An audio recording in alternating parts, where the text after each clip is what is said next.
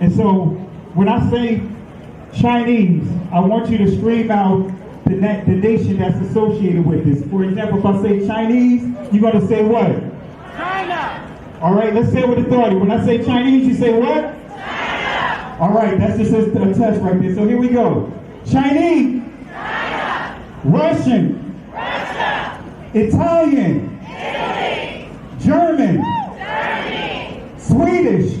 Sweden. Korean. Korea. Egyptian. Egypt. Nigerian. Nigeria. Black. Exactly. Nothing. Tell him, Pastor. Tell him, Pastor. Black, nothing. I hope you were able to successfully identify the issue. The lion won't sleep tonight. 'Cause we woke now, and we woke now. I said the lion won't sleep tonight. 'Cause we woke now, and we woke now. They want us to sell our souls to barter profit. Like God's property, it's hard to market. So we steady to aim, keep your eyes on target. Cause when you got to drive, yeah, they'd rather you park it. But I don't valet, you ain't getting these keys. I'm keeping closed hands, I'm on bended knee. I'm just a reflection, dealing with 8 sections. Art mixed with life, you can feel the convection. Your lion won't sleep tonight. 'Cause we woke now, and we woke now. I said the lion won't sleep tonight. 'Cause we woke now, and we woke now. I said the We're finishing now part 2, chapter 2. And what we've said so far is that people have free will and their actions are some are good and some are evil. And by the way, the Rambam writes explicitly that everyone has some good actions and some bad actions. Everyone.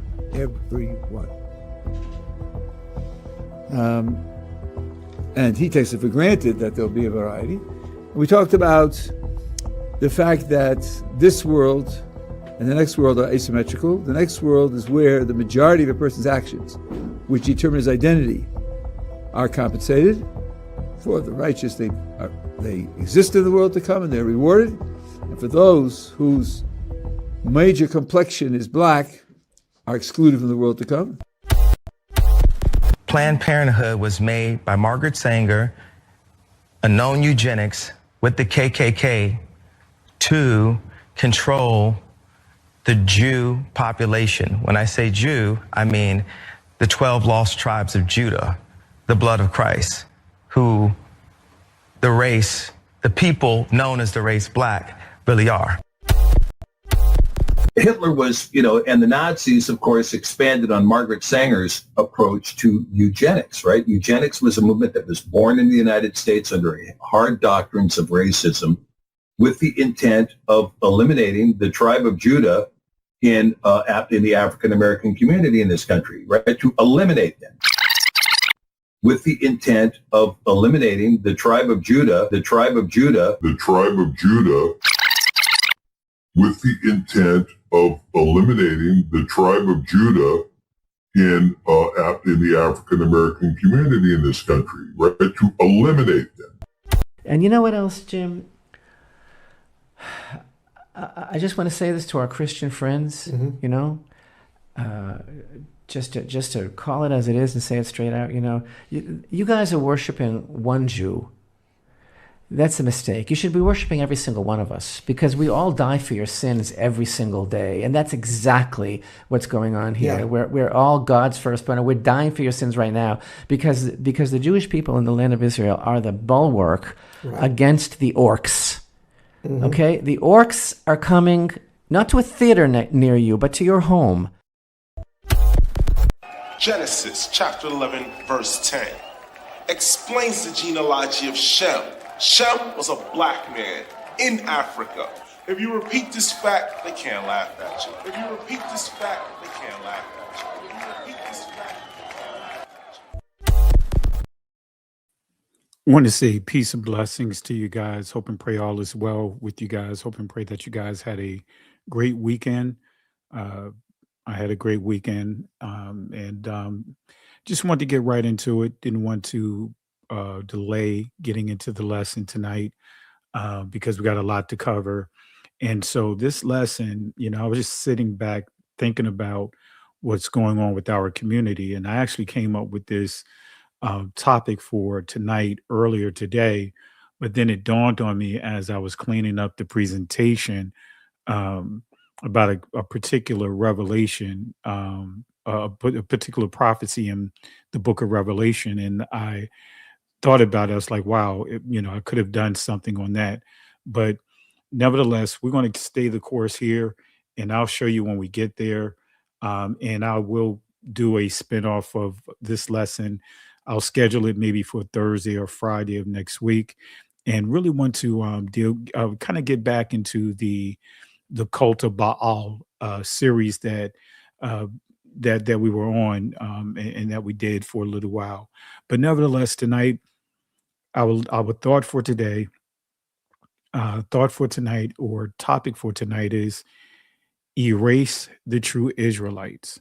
I'll say it again: erase the true Israelites. That is our thought for today.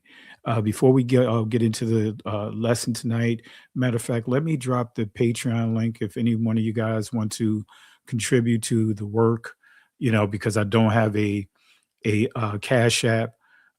Cash App, the 1948ers shut down both my Cash Apps, and they say that it's functioning and working. It should be up, but it's not. I got the emails of them saying that it should work, but it's not. So I just left that alone. But if any one of you guys want to contribute to what we do here, I have it set to where as though if you want to give $1, hey, that's fine. $1 is fine. Whatever the Most High places on your heart to contribute, I'm all for it. If you choose to do so. But let me go ahead and put this inside the chat before we get started. All right. And I am going to upload some videos over there on Patreon, because they allow you to upload videos directly to the platform, videos that YouTube has taken down or will not let me upload, even the video that they gave me a strike for. So I'll upload that to the Patreon page, so that way certain videos that are not here, you can see it over there. All right. But with that being said, really appreciate you guys. Appreciate the love and support. So we're going to go ahead and get into it right now. Let me go ahead and stretch this screen out. All right, let's see here. All right. So our thought for tonight again is erase the true Israelites. All right. Erase the true Israelites. That's something to think about, family. Something to think about. Something to think about. All right. So let's go to delve into it. Let me go ahead and progress, click this mouse so I can progress through my lesson tonight without any hindrances. I was trying to make sure I don't have any technical issues or whatever the case may be.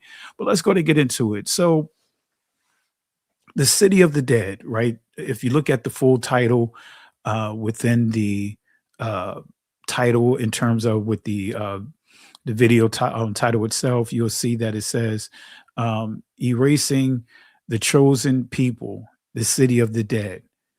And I really want to place that point of emphasis on the city of the dead, Vatican City, the city of the dead. And so we got a lot to unpack tonight. I'm going to get as much as I can in now, right? So that's why I want to get right into it, not a long synopsis, and not get into some of the other things that can delay what we're doing here. But again, I posted did I pin let me make sure I pinned that there for us to Patreon. And of course, the super chats work as well. But let me make sure that that's pinned before I get started. Almost forgot.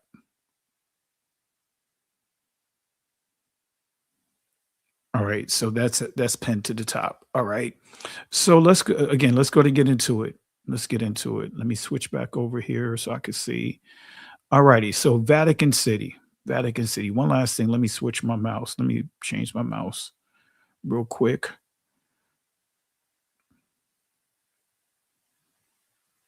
All right, there we go. That's better. All right. Vatican City, the city of the dead. I'll say it again. Vatican City, the city of the dead.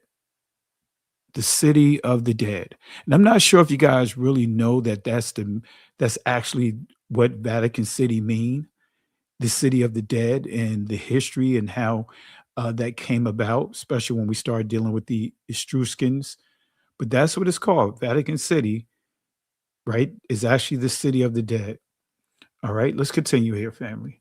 So long before becoming the administrative and spiritual center of the Roman Catholic Church, the geography of Vatican City was defined by Mons Vaticanus, a marshy hillside outside the ancient walls of Rome, designated by imperial laws as a massive burial ground or necropolis, translating directly from the Greek as the city of the dead.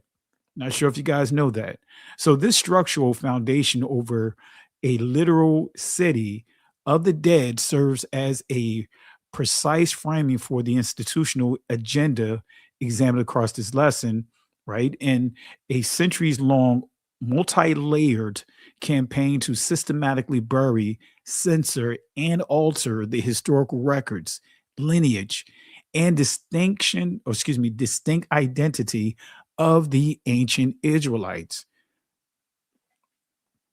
So underneath the modern structures lies the ancient Vatican, again, Necropolis, illustrating how older realities are physically built over and hidden from view.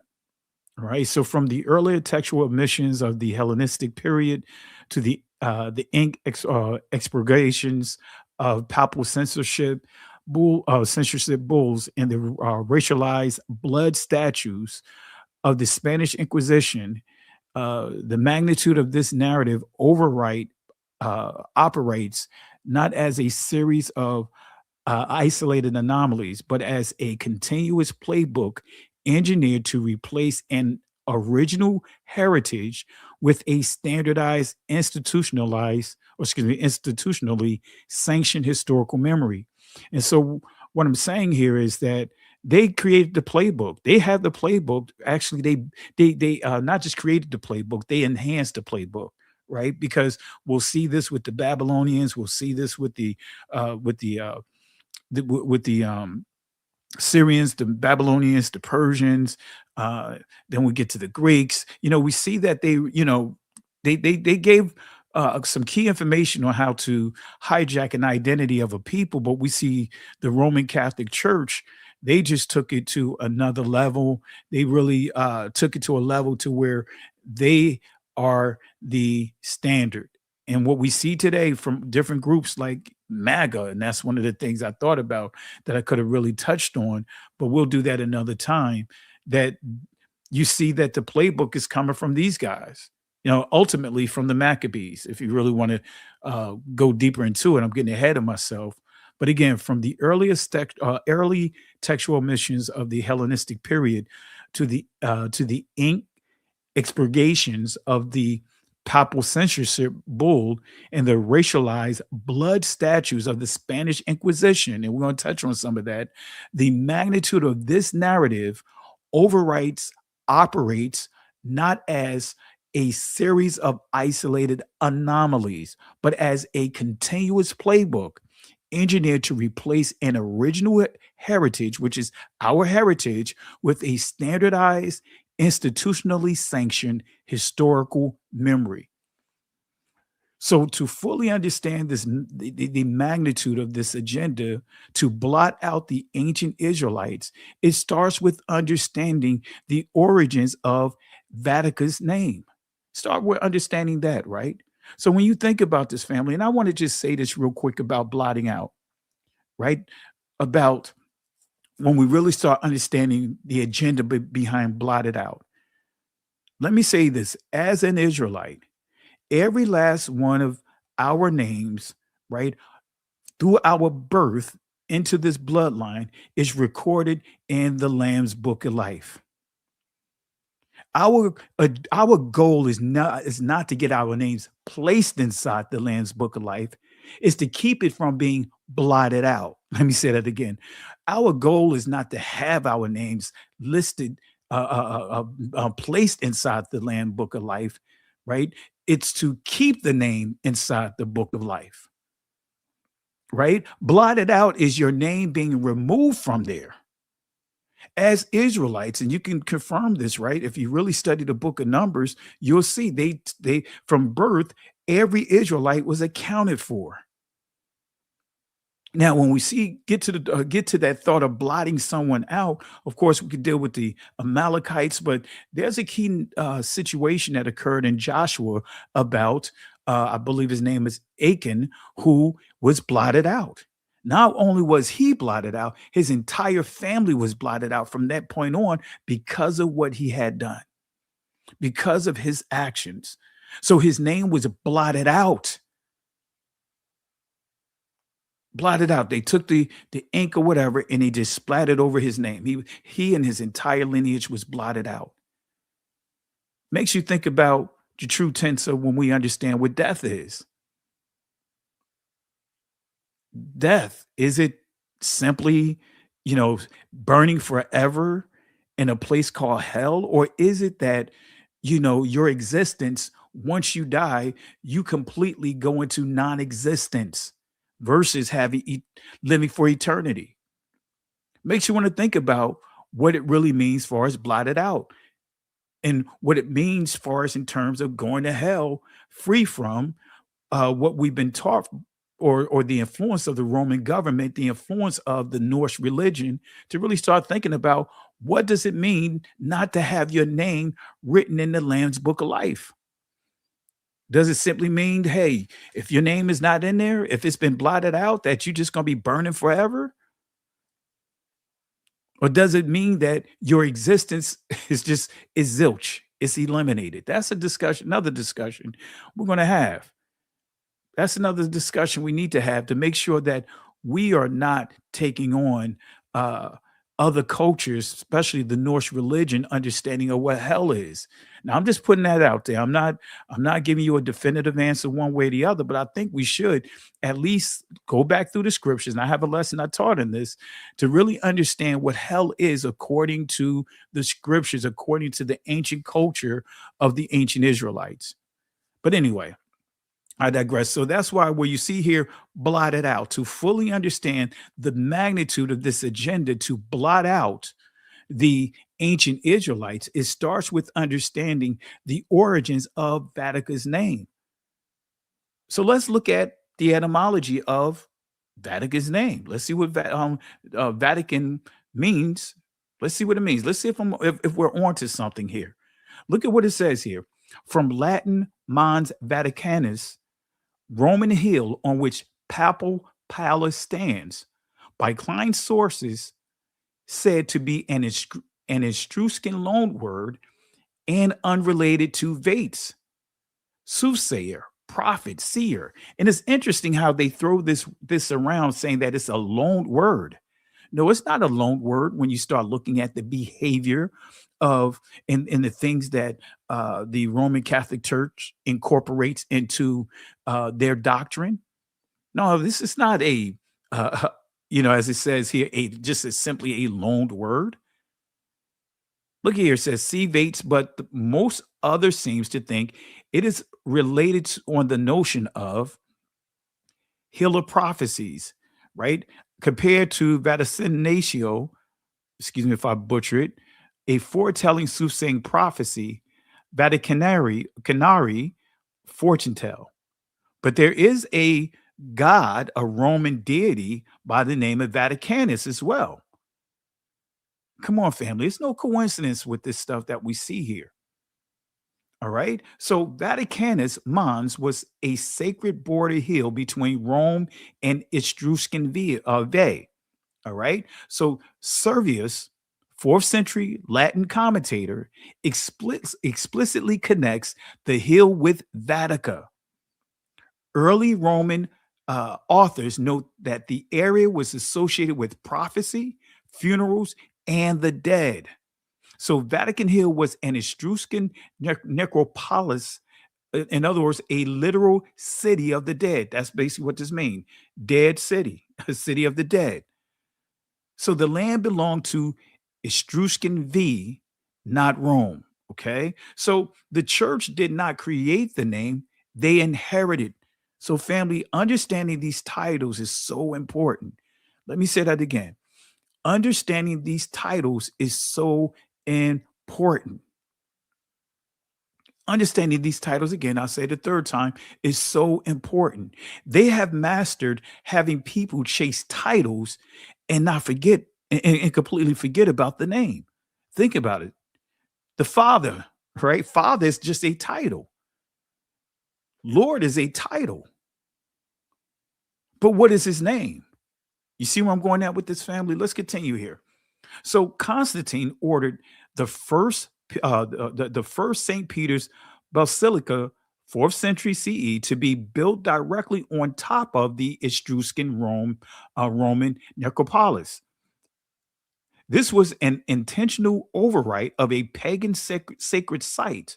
The Vatican Palace and Papal City developed later around this hill. Now think about it. You have Papal, which simply means Papa, comes from the word Papa, right? Father. Who are they replacing? So Vatican is a place, a city of the dead. Oh, it's a lot more we can unpack with that. But I want to turn your attention to Revelation chapter 18, starting at verse 23. And I'll explain this here, right? I'm not going to read it all in this entire chapter. It's a lot to go into.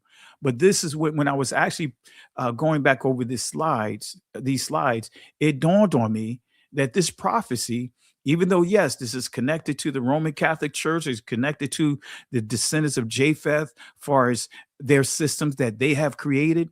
But I thought about what we see today that's happening to MAGA, with MAGA, the impact that this commander in chief is having on all the world, have made as low as, not as much as low as, he has made at least $4 to $5 billion since he has been back in the White House in this short period of time.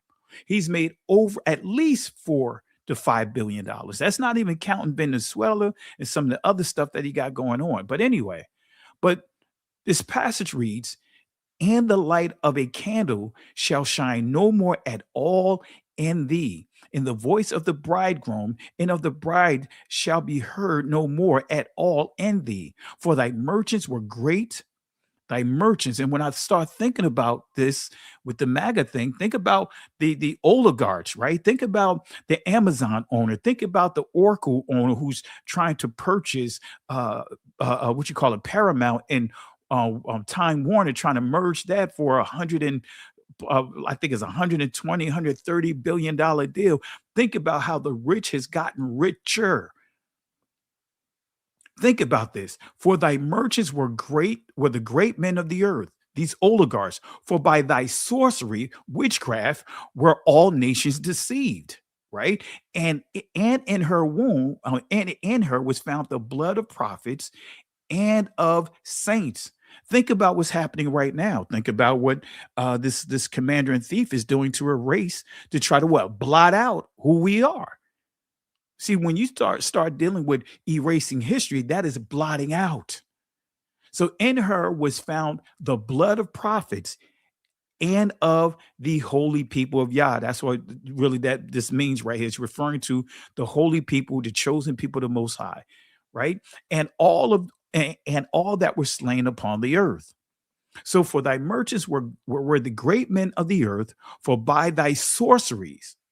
And when we look at this word sorceries, this is going to give you some additional information on it to kind of give validity to what it's saying. That word sorcery here is pharmakia. And it says medication, pharmacy. An example by extension, magic, literal or figurative, sorcery.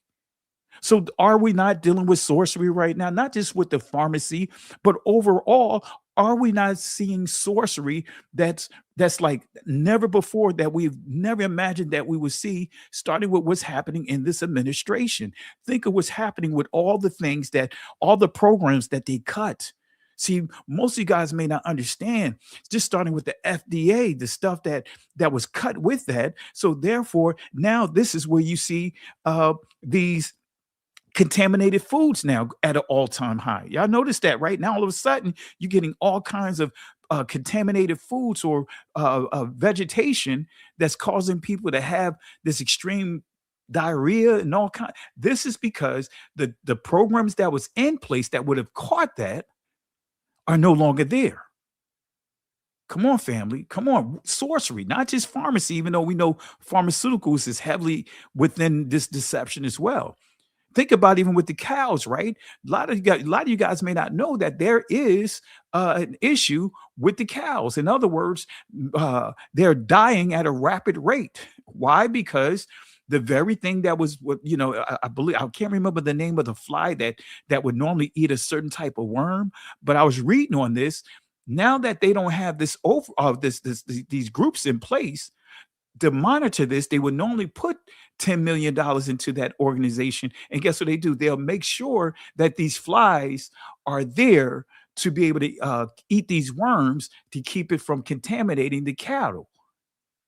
You think it's a coincidence that Donald Trump came into an agreement that he's going to allow Argentina to bring its contaminated cows here, that China rejected? China rejected their cows. Come on, family. It's a lot to it. And it's filled with all kinds of, the cows is very, chemicals and everything. That beef coming from over there, poisonous, cancerous with the chemicals that's used in them. Anyway, I'm just giving you guys I'm just putting the information out there, right? You guys just have to, make sense of it, right? You have to accept it or reject it. I can't remember the place. I believe it's either in Georgia or Ohio, a place that a church would use for baptism, a natural creek, right? In our community. Because now with all these regulations, the watchdogs are no longer there. Now, guess what? That creek or that lake or whatever is contaminated now. The people can't even go in there. The fresh water is contaminated. And guess what? All across the countries, they're targeting our community to make sure that they don't upgrade anything. You think it was a coincidence that what happened in in Flint, Michigan, with the water thing? That's something that's happening across the board, family. Remember, drink all this water. They tell you drink 3 glasses of water for every meal, but they didn't tell you that inside the water there's fluoride. And the side effects to fluoride. What we see happening right now is a purge, but nevertheless, to go back to this word, pharmakia, medication. Guess what? In this country, it's the only country that give you medicine, right? To not to heal you, it's to patch you up so that way you take more medicine. As you get older, have you noticed that as people get older, they start getting on a complete regimen of medication? They tell them, hey, you know what, your blood pressure, I see your blood pressure has gone up, so I'm going to issue some blood pressure medicine. But then that blood pressure medicine has some side effects that may cause your vision to go a certain way. And now you're taking medicine to keep your vision to a certain place. That's how they get you on this regimen. Not going to tell you that as you get older, your levels, your baseline levels. I don't have the medical term with that, but the baseline for for whatever it is with blood pressure or whatever, it goes up. It goes up naturally as you get older. But they don't tell you that, and before you know it, you're taking medicine that's creating other problems. And now you're taking medicine that from one particular medicine created a problem. Now you're taking another medication to mitigate that problem that other medication caused. But now that medicine that's taking care of that particular problem, now it's giving you another set of problems. Now you're taking medicine for to take care of that medicine that was assigned to the medicine that was initially prescribed to you. You see how confusing that sounds? So before you know it, you on medicines from Sunday to Saturday. Every day you got to set a regimen of medicines that you take, medication that you take. Anyway, sorcery, family, witchcraft. So again, let me give you an example of Vatican City sorceries, right? The Vatican's liturgical department issued a clear directive about the usage of the Father's name. The Vatican's liturgical department issued a clear directive about the usage of the Father's name, right? This is coming from the Catholic Culture Directives on the use of Yahweh in the liturgy by congregation for divine worship and discipline of these sacraments. Now, look at here, family. I'm not making this up. I'll drop the link if you guys need to have the link there. I'll drop the link. I don't have a problem with sharing sources, but look at here. This is what I'm highlighting of this article here, or this source. In liturgical celebration, in songs and prayers, the name of God in the form of the Tetragrammaton, YHWH, is neither to be used nor pronounced. Now we know this if you study ancient Hebrew, it's Yahweh. It's not Yahuwah, right? The only way you could get Yahuwah is by making this Wa into a vowel letter to make it make an U sound, to make this into the Sharuk.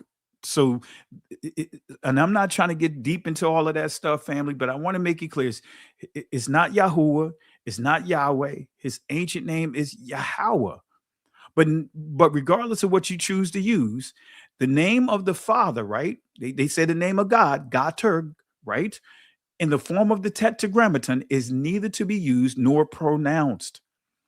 For the translations of the biblical text in modern languages destined for the liturgical usage of the church, what is already prescribed by number 41 of the Instruction Liturgium Authenticity. I'm not going to butcher it, man. I know it authentic cam or whatever.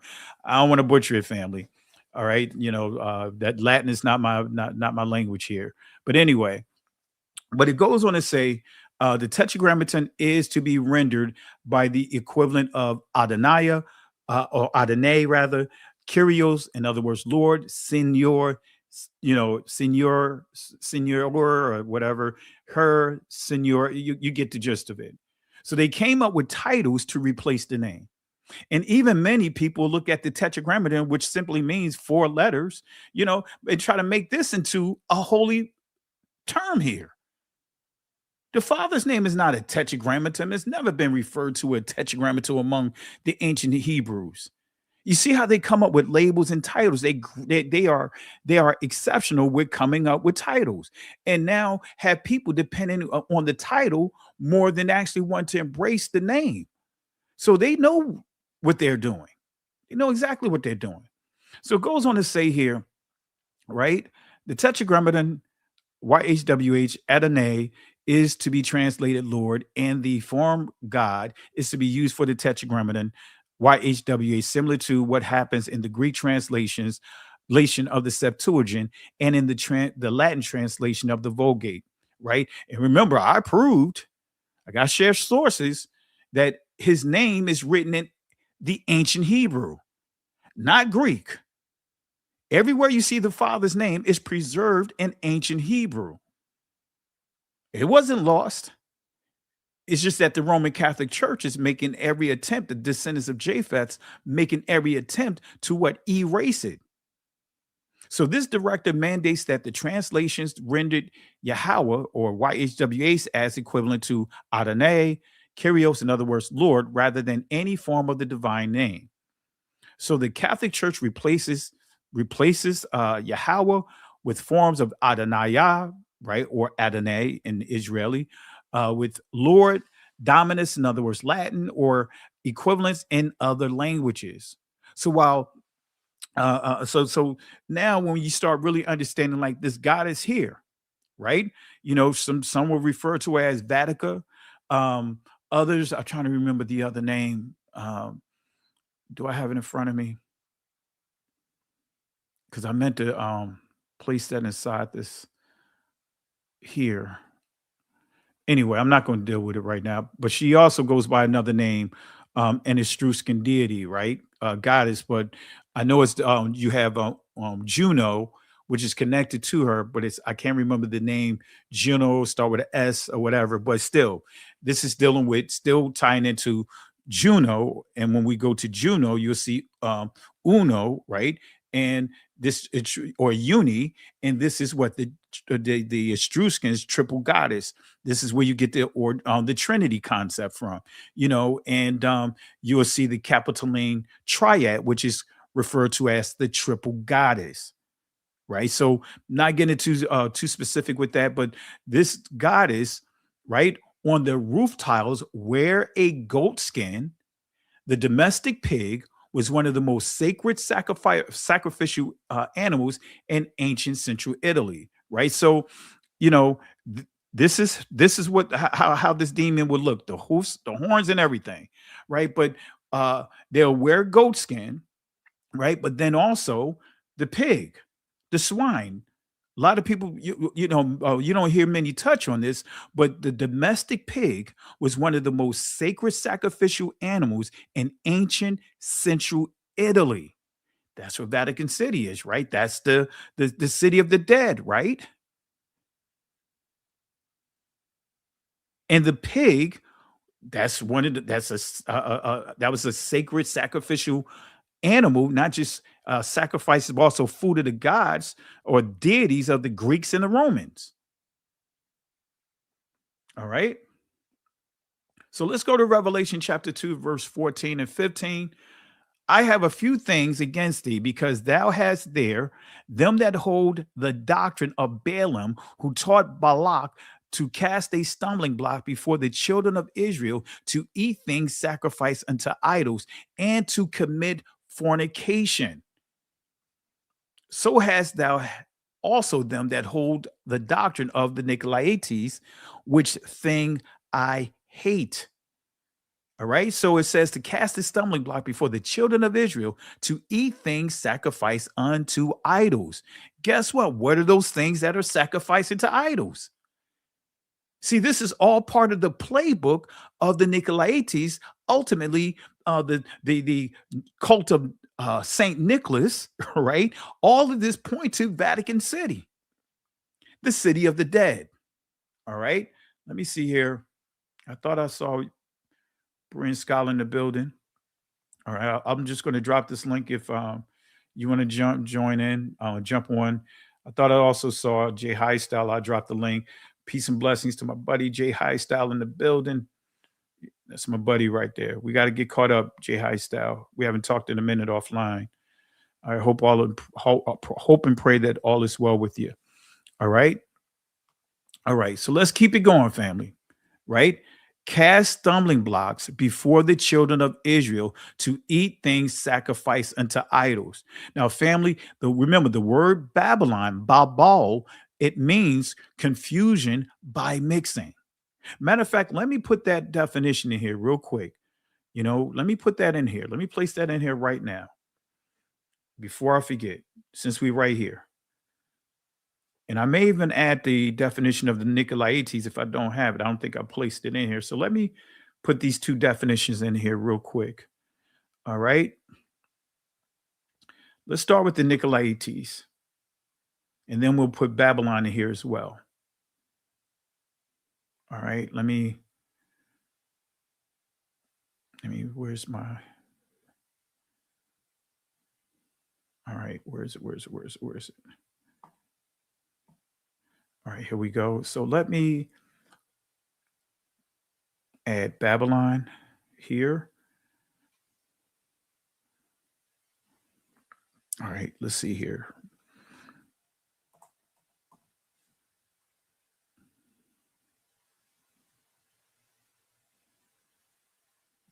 All right, wrong one. All right, this should be it right here. All right, and let me work on the Etruscans as well. Let me fix this slide real quick. And all right, let me do the background here.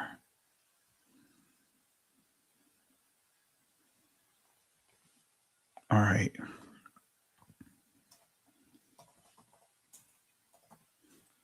All right, and let me do the Etruscans real quick. I mean, not the Etruscans, but let me do the Nicolaites. All right, so that way you guys can really understand where I'm going at with this. Nick, all right, Lates. I believe I have it in this presentation, but it doesn't hurt to have it in here again, just in case I may not have time to get to that section. All right, let me do one more thing here. All right. Because actually, Revelation chapter 2 deals with the Nicolaites, right? The Most High having an issue with this particular assembly because they were bringing in the doctrines of the Nicolaites, right, which is connected to Babylon. So we'll kill two birds with one stone. Let me just put the background here, and I will explain this here. All right.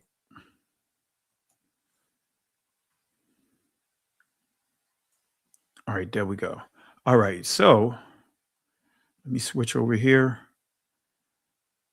All right, let me bring Beran Scholar in real quick before I continue here. Shalom, brother. Shalom. Shalom, shalom, shalom. You know how we do. So whenever you want to chime in, you know how we do. Yes, sir. All right, so family, let's start with the Nicolaites, right? Because, and I'm going to highlight this did I highlight it in this particular passage? All right, I didn't highlight it, but I believe I have it later on as we get there. But you'll see here, let me zoom it in, verse 14. But I have a few things against you because you have there them who hold the doctrine of Balaam, right? Who taught Balak to cast a stumbling block before the children of Israel, to eat things sacrificed unto idols, and to commit fornication. But this is all tied into tied into the Nicolaites. You see the Nicolaites mentioned a couple of times in this chapter, right? And the doctrine of Babylon, because later on you see how Jezebel is mentioned, how the Most High gave Jezebel the opportunity to correct her errors, correct or change her ways, but she chose not to. All right. And so verse 15, and I didn't, like I said, you can see it kind of grayed out here. Let me see if I could pull it up a little bit here. It's at the bottom of here, but it says, so have you also them who hold the doctrine of the Nicolaites, which things I hate. I know you probably can't see that. Look like I have something on the screen. Oh, that's clear. We can see it. All right. So I have verse 15 here. That's the continuation of verse 14. I should have had 14 here as well, but you guys see it. I read it to you. So this is dealing with the Nicolaites, who doctrine, as you see here, connects to Balaam. Balaam, we're going all the way back to the Babylonians. All right. So let's continue here. All right. So cast a stumbling block before the children of Israel to eat things sacrificed unto idols. And you'll see this point of emphasis being made in Acts chapter 15, when the council of, if you want to call it the council of Jerusalem, the disciples, right, as they mitigated Apostle Paul's situation, they said, hey, let's I'm just paraphrasing, let's focus on not trying to force those that are just coming into this truth. Let's not just try to throw everything in the kitchen sink at them. Right now, let's let them focus on not eating foods that are sacrificed into idols and fornication. And that's part of the law, statutes, and commandments. So you can see this reference made there. So what are the foods that are sacrificing to idols? Anyway, we'll get there in a second. But let me go ahead and explain this here real quick. This is the Nicolaitans. Look at what it means. Nicolaitans, destruction of people. So the name of the Nicolaitans, right, is their name means the destruction of people. So guess what? The Catholic Christian doctrine is the destruction of who? Yah's people. Judaism is the destruction of who? Yah's people. Islam is the destruction of who? Yah's people. Why? Because all these religious systems, all these systems of men have what? Put plans, a plan of actions in place to what? Blot out Yahweh's people by what? Erasing our history, to make it so that way we're no longer connected to it. It's not even part of our history. We can't even articulate it because it's no longer there. That's what it means to be blotted out. That the existence of who we are, guess what, is wiped away. That's what it means, family. That's what it truly means to be blotted out, is to be what? Erased. Not just the individual, but the entire lineage, like as I made reference to Achan. Not only did he die, but his children, his wife, all of them, including their cattle, they could not even take anything from them. They completely what? Destroyed everything that belonged to him and marked it among the people not to even go near that stuff. That's what got King Saul in trouble, because he was supposed to what? Blot out the Amalekites, starting with Amalek, because of what they had done to Israel, because they made an attempt to blot Israel out. I hope that makes sense to you guys. So again, blotted out does not mean just simply remove your name. No, blotted out is removing your entire existence. So we as Israelites, I'll say this again, don't believe that lie that we were taught. Our goal is not to get our names placed in the Lamb Book of Life. It's to keep our names in the Lamb Book of Life. Amen. Amen. All right. Any comments, Berean Scholar? As Pastor, when you mentioned the Amalekites, how they tried to blot out our names, you elaborate on how they tried, because you see those same trends happening now. Well, see, part of it too, when you get back to the Amalekites, who are descendants of Edomites, they attacked Israel from the rear while they was transitioning from Egypt to the promised land. So in the rear, when you start understanding the battle, right, you know, the women, the children, the senior citizens, all those tend to be at the rear. So during the rules of engagement, whenever a country or an army want to fight one another, the rules of engagement, they went head on. Women, children, senior citizens, those that were disabled, whatever the case may be, they were off limits. But Amalek refused to allow them to even pass through their land. You know, wouldn't give them anything. So they decided to attack them from the rear. To what? Blot them out. Exactly. And guess what? That's what they're targeting right now. And you see that as part of what? The curses or the consequences in Deuteronomy 28. So their name is destruction of people. Any doctrine that replaces or erases Yah's people, that is the doctrine of the Nicolaitans.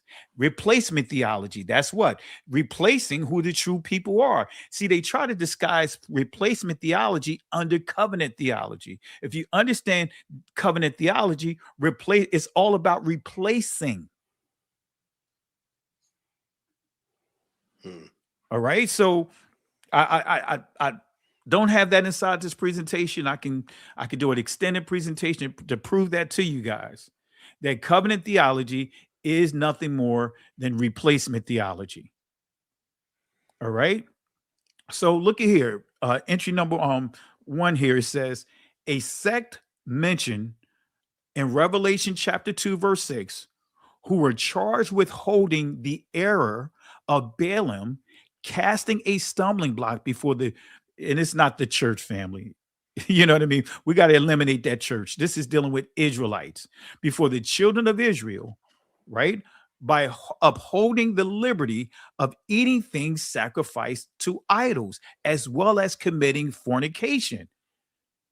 But doesn't that sound familiar? If we go to Acts chapter 15, you'll see that that's the very thing that Paul, not just Paul, but James and the council said, hey, let's focus on this for now.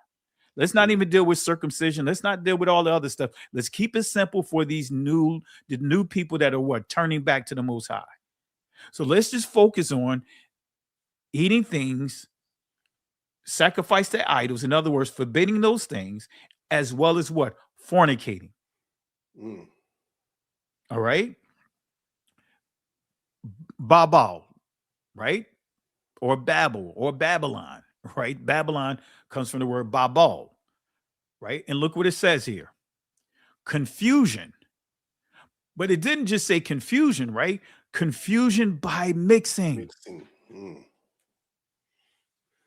That's the key, family. Whenever we think of Babylon, don't just focus on, because I know many of us will focus on the gateway or portal. You know, we like that Star Trek stuff, man. And there's nothing wrong with getting into some of that stuff just for informational. But when you start getting driven by that stuff, you miss the whole point. The true name of Babylon means confusion by mixing.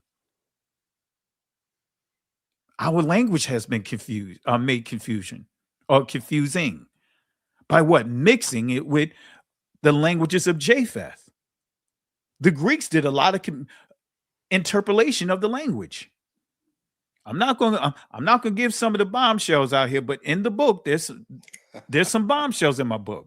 Am I right, Berean Scott? There's really some bombshells that's going. I know it's going to catch you guys off guard. You're not going to anticipate. There's some eye-opening bombshell that when you see in the book, you're gonna have the same feeling you had when you came to this awakening. Wow, they fooled me. And so think about it, family. Confusion by mixing. Have you noticed how on commercials now, a lot of products being sold, they always have our people mixing with other groups? Whether it's a sister with a Caucasian or whatever, or a brother man with a Caucasian. And again, family, this is not a racist comment or anything like that. But guess what? That's what you see. More and more so-called successful men, you see with them with who? They use the sister to get to a position, and then what happened? They dump them. Marrying into the very bloodline of a nation or nations of people that have enslaved us. Anyway, you was going to say something, Berean Scholar? Yeah, when you mentioned about the Bible, the accounts of the Balaam that was mentioned in Numbers, that he tried to corrupt Israel from within, and the women of Moab tried to persuade the men to do the same thing that Solomon did.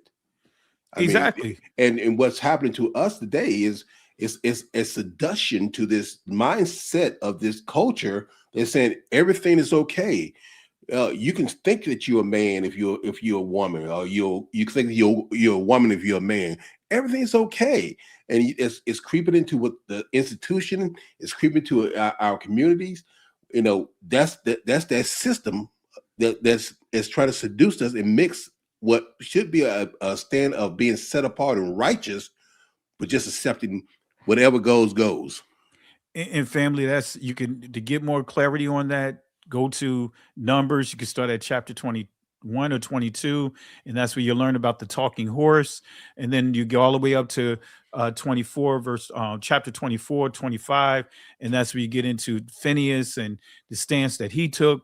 But you will see that Balaam knew that he couldn't curse Israel. He couldn't speak curses on them. So they came up with a trick with the king of Moab to seduce the men.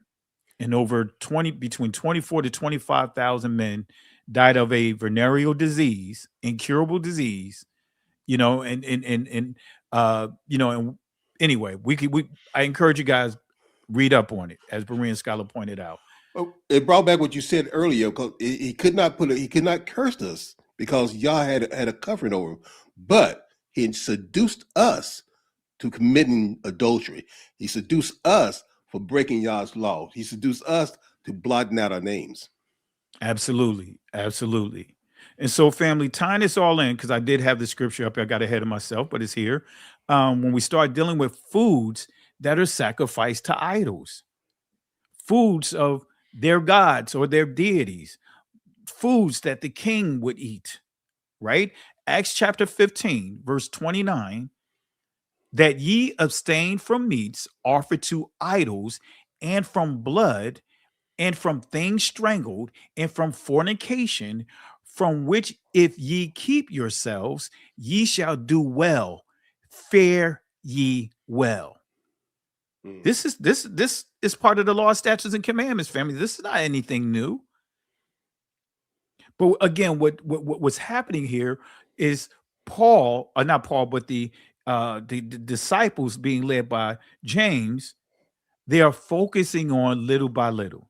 You know, have you guys ever seen it in church, or you may have experienced it? You went to church, you gave your life, and all of a sudden they throwing everything at you.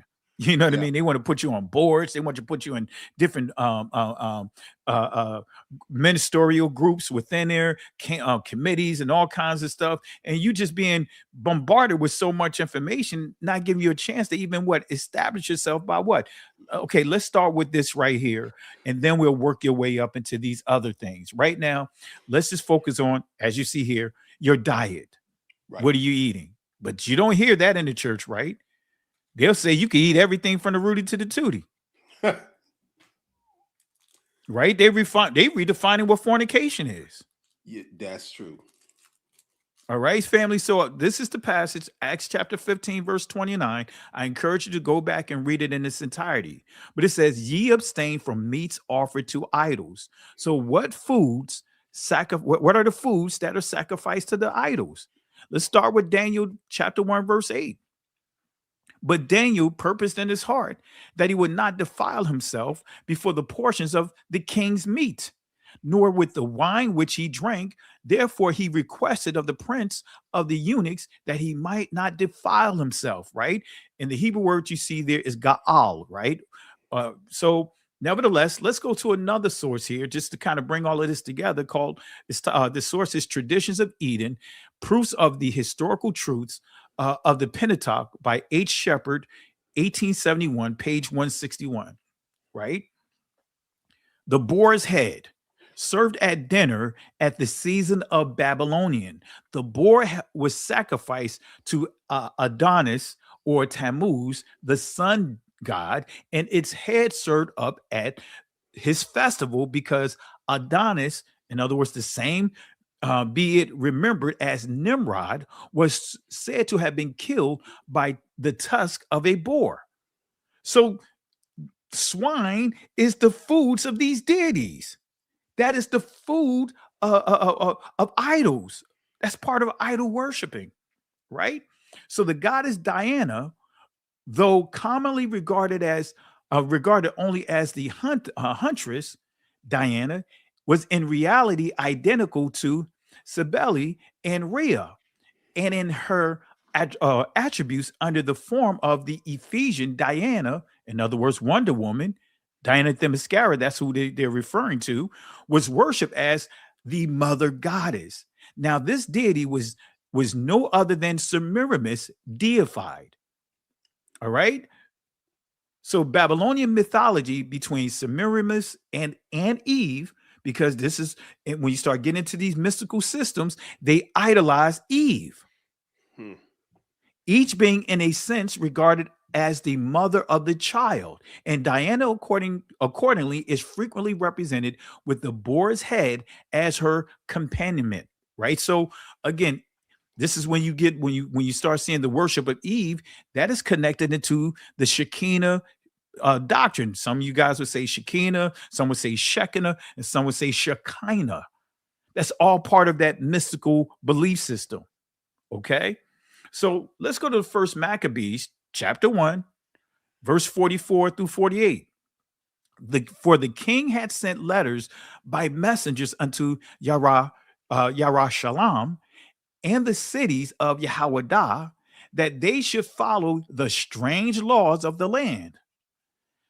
and forbid burnt offerings, sacrifice, and drink offerings in the temple, and that they should profane the Shabbats and festival days and pollute the sanctuary and holy people.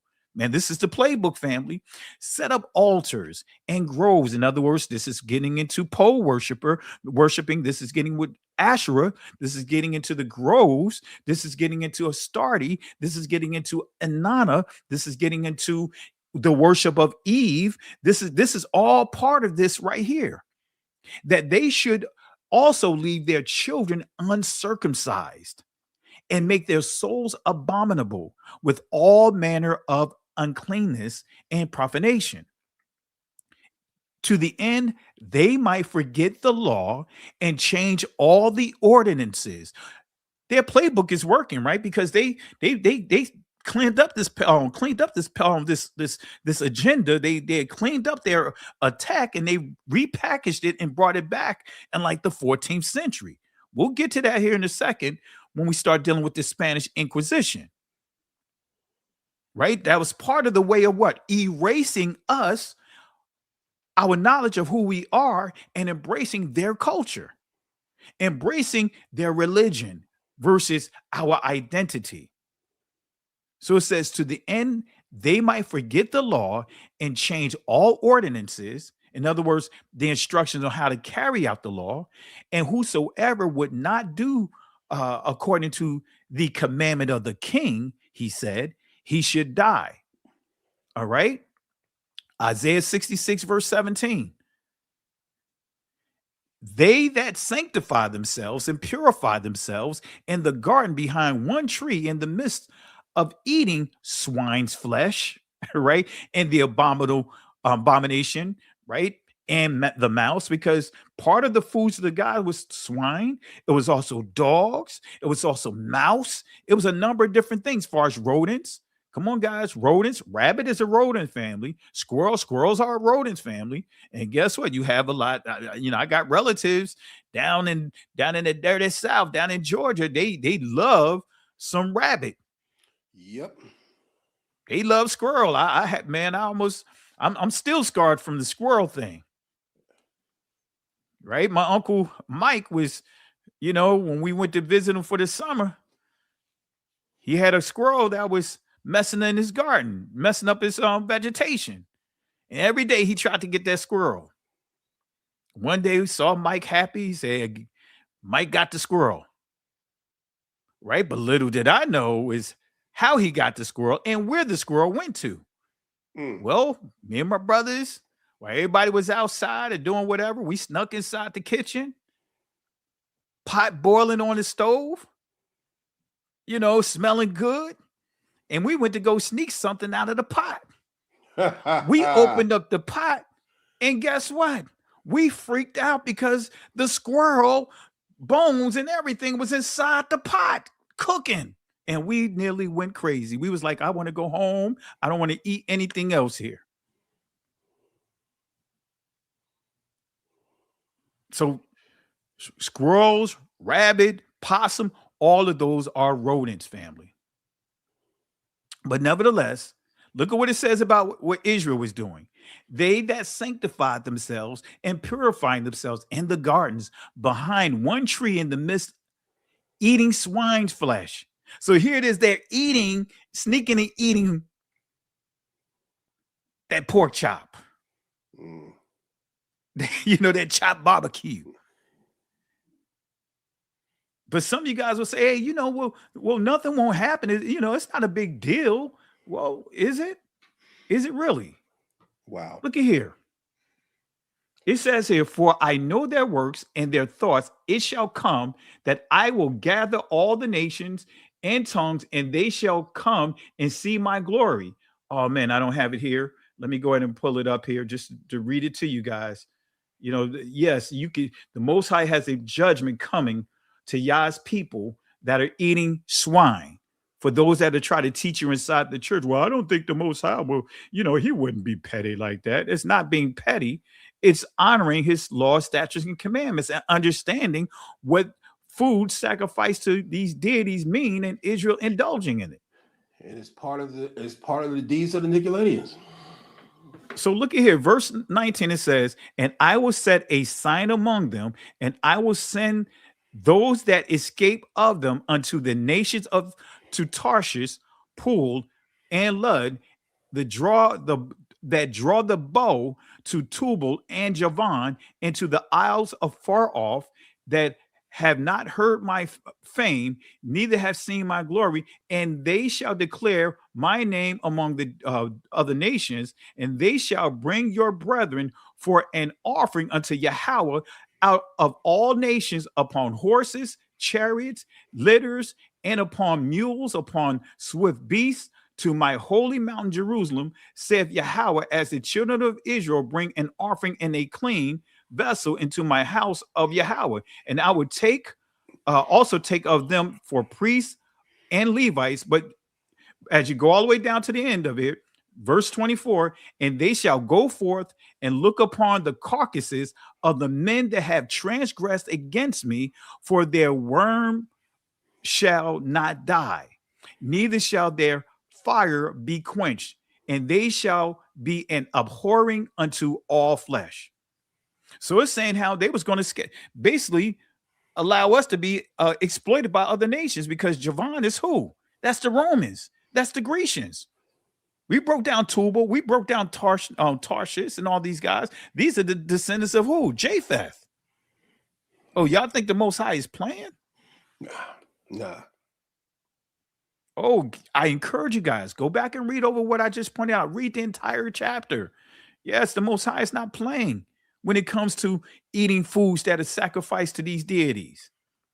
All right, let's continue. Back to the Maccabees. Anything you want to share before we continue? You hit it right on the nose, because that's what we've been conditioned through this slavery, to this land that we've been brought to, that the pig has been forced upon us. And that's one part of our brainwashing. And now our people are fighting to keep it. Absolutely. Absolutely. So family, let's continue. Let's see what else is part of this playbook from the city of the dead. First Maccabees chapter 3, verse 49. And we'll continue down. We'll go chapter 3. We start at verse 47, and again we'll end at 49. Then they fasted that day, put on sackcloth, cast ashes upon their heads, rent their clothes, and laid open the book of the law, wherein the heathen sought. In other words, the nations, these nations, right, had sought to paint the likeness of their images, right. And actually, let me go back here before I fast forward here. To understand this, family, this is not just simply saying that they're trying to draw images, literal images. No, change wordings. So that way their images, their likeness is what? Being, it's there among the text. Yes. So when you're reading it, sort of like when we look at the word God and we look at the word Lord, those words are pointing to the likeness of the other nations. And who are those nations? God and Lord, that is Norse. That is Germanic. That is Ashkenazic, because Germanic is the Ashkenazic, right? That's a word that's recognized as Ashkenazic. Yes. You know, the Scythians, the Scythian Jots, which are the Vikings, the Northmen. All of that is part of what? The likeness. So when you see the word Lord, when you see the word God, when you say Sunday, when you say Monday, when you say Tuesday, when you say Wednesday, these are all things that are pointing to these deities. Even when you see the poor transliteration that's deceptively placed inside the renewed covenant, far as in the book of Acts, where you see some translations, you'll see the word Easter there for the word Passover or Pasach. Yep. That is what this is dealing with right here. So Josephus he exposes the playbook. He exposed his whole playbook. And guys, you know, I've been talking about this. Been using this for years. This is the playbook of Josephus. Not of Josephus, but of the Romans, the Greeks, that the descendants of Japheth have taken and run with it. It says, after this, they were dispersed abroad on the account of their languages and went out by colonies everywhere. And each colony took possession of that land which they light upon, and unto which God led them, their God, so that the whole continent was filled with them, both the inland and the maritime countries. There were some also who passed over the sea in ships and inhabited the islands, and some of those nations do still retain, and this is getting into Kittim or Chittim. Come on, family. And some of those nations do still retain the denominations which were given them by the first founders, but some have lost them also, and some have only admitted certain things in them that they might be the more intelligible to the inhabitants. And they were the Greeks, who became the authors of such mutations. For when and after ages, they grew potent. They claimed to themselves the glory of the antiquities. Now you have to understand, family, this is first century right here, right? And when he says antiquities, he's talking about of their antiquities, was what they consider to be ancient times. So what are those ancient times? What would be ancient compared to the first century? Go back 1,000 years. Go back 1,500 years. Now you're getting back to what? The times of who? Moses and those guys. Right? So it says here, they claim to themselves the glory of the antiquities, giving names to the nations that sounded well in Greek, that they might be better understood among themselves, in setting agreeable forms of government over them, as if they were a people derived from themselves. In other words, as if they were the original people. Right? 2 Thessalonians chapter 2, verse 3 and 4 gives a prophecy about this. You guys know this. Let no man deceive you by any means, for that day shall not come except there come by a falling away first, and that man of sin be revealed, the son of perdition. But it goes on to say, who opposes and exalteth himself above all that is called Elohim, or that is worship, so that he, as Yahweh, sitteth in the temple of Yahweh, showing himself that he is Yahweh. Are we not seeing that today? With the images of themselves. Going back to First Maccabees, right? Chapter 4. Now on the 25th day of the 9th month, which is called the month of Casliel, in the 148 years, they rose up betimes in the morning and offered zabak, in other words, sacrifices according to the law, upon the new altar, ma zabak, right, of burnt offerings, which they had made. Look at what time and what day the heathen had profaned it. All right, so this is dealing with the Feast of Dedication, right? But I want to get to a key point here, right? Profane, right? Halal is the Hebrew word, right? It means to bore, to wound, dissolve, to profane, to break, in other words, one's word, right? We see defile. Look at here. Eat as common things.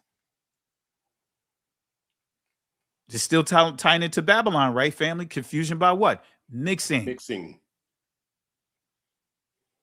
We see profane, cast as profane self, prostitute. Okay?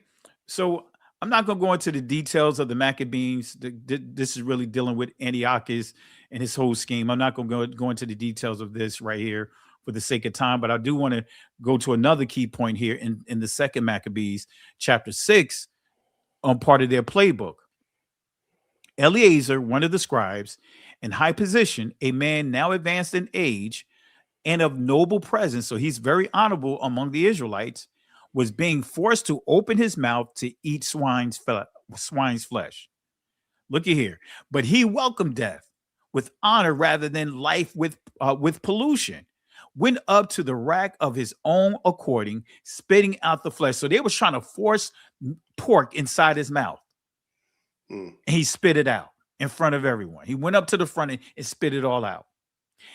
As all ought to go who have the courage to refuse things that it is not right to taste, even for the natural love of life. He said, I don't even want to taste this thing.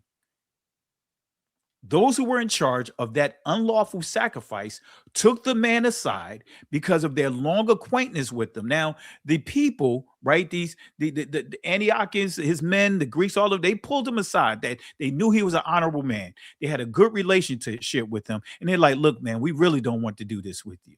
It says here, and privately urged him to bring meat of his own providing. So they're saying, "Look, pretend that you're eating pork. You don't even have to have pork. You could bring whatever meat that's, let's just say beef, bring meat, beef. Just put, and just, we're just going to pretend that it's pork." That's how honorable he was. He's standing saying, "I'm not bowing down to it." But the people that are persecuting him, that are assigned to persecute him, they're trying to give him a way of escape. Come on, family. This is in the Maccabees, right? You see why they don't want us to read this, right? You see why the church don't want us to read this, specifically the Protestant church. Exactly. So it says, and privately urging him to bring meat of his own providing, proper for him to use. Look what happened. And to pretend that he was eating flesh of the sacrificial meat that had been commanded by the king. So you see, we're still confirming two things. Pork is foods that are sacrificed to their deities. This is also what? The king's meat of those places. Oh, come on, family. But it doesn't stop there. But here's another situation. 2 Maccabees chapter 7, verse 1 through 6. Here's another gross situation. It happened also that 7 brothers and their mother were arrested and were being compelled by the king under torture with whips and thongs to partake of unlawful swine's flesh. One of them, acting as their spokesman, said, "What do you intend to ask and learn of us? For we are ready to die rather than transgress the laws of our ancestors." Are you guys willing to do that for the law, statutes, and commandments? Say, I'm not going to eat that swine. I'm not going to do these things over here. Not just eating swine, not just eating rodent and all those things, but the other things that come with the law, statutes, and commandments. They say, hey, we are ready to die rather than transgress the laws of our ancestors. The king fell into a rage and gave orders to have pans and cauldrons heated. Look at what they did here, family. Now we're going to see what's referred to as a great book for you guys to read called The Delectable Negro, right? Look at what they did here. These were heated immediately, and he commanded that the tongue of their spokesman be cut out, and they scalped him and cut off his hands and feet, while the rest of the brothers and the mother looked on. When he was utterly helpless, the king ordered them to take him to the fire, still breathing, and to fry him in a pan. They cooked him, family. Come on, this was happening to our ancestors during the Transatlantic World War. Look up a guy by the name of Sam Holt, right? The king ordered them to take a pan to fire, still breathing, and to fry him in a pan. The smoke from the pan spread widely, but the brothers and the mother encouraged one another to die nobly, saying, Yahweh Elohim is watching over us, and in truth has compassion on us, as Moses declared in his song that bore witness against the people to their faces, when he said, and he will have compassion on his servants. So when they saw their own brother being fried, being cooked, they said, you know what? We're not gonna let our brother die like that for nothing. We're gonna walk, we're gonna die with him. We're going down with the ship with him. We're not going to leave them hanging by ourselves. Do we have that same type of fortitude? Berean Scholar, go ahead, man. I don't think we have fortitude, even in our chat, to be listening to what you're saying right now, because we talk about everything else, because that's what our people were made of a different character back then. I mean, to watch your brother get his tongue cut out, hand cut off, feet cut off, fried in the pan, and you continue, instead of weeping and crying and giving in, you encourage one another to die, because Yahweh is Elohim, and he has us. Wow. And see, think about it, cutting off their feet and hands. What do they do with the swine? They cut off the husk, right? Yep. Come on, family. They cooked him. Just to get him to blot out his name out of the Lamb Book of Life, to defile the covenant, to break the covenant. But yet he said no unto death. Similar to what we saw earlier with in Daniel, when it says Daniel purposed in his heart that he will not what? Defile himself before Yahweh. They said, we're not doing it. But guess what, family?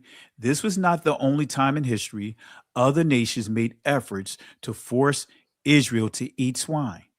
It's not that's not the only time.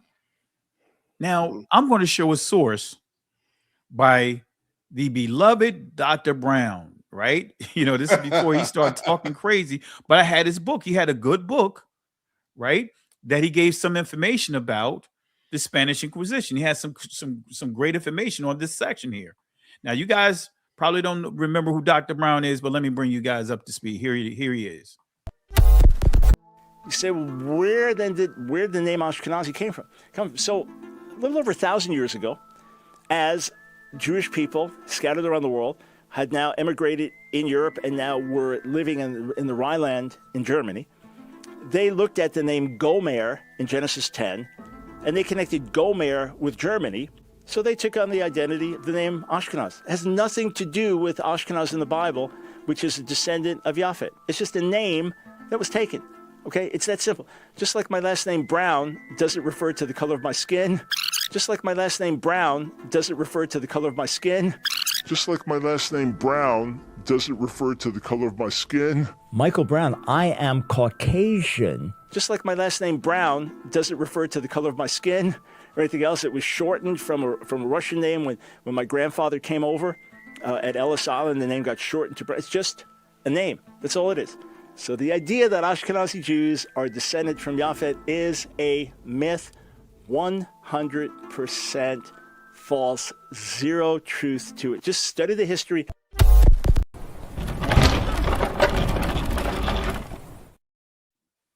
All right. I got to always end off any video I play of him with that garbage can award. He's like the gift that continues to give. Right. But anyway, family.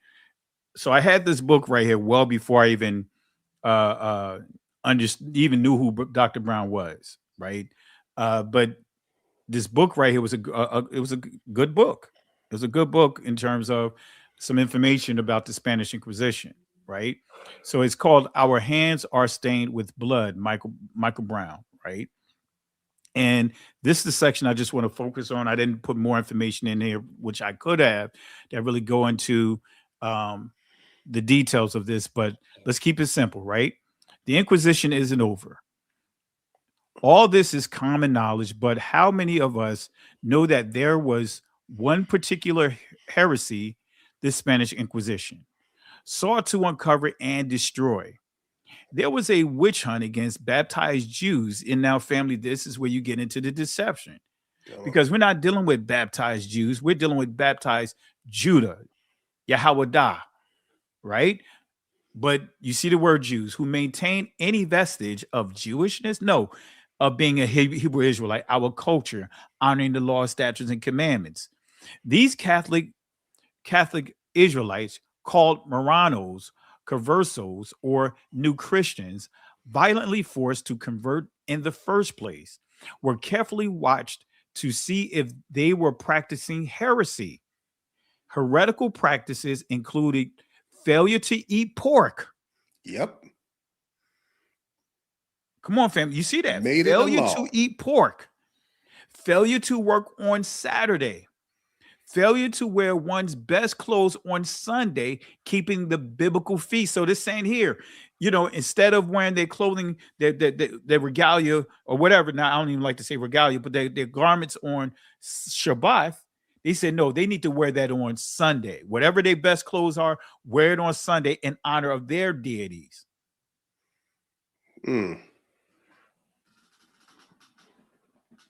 But the heretical practice included failure to eat pork, failure to work on Saturday, right?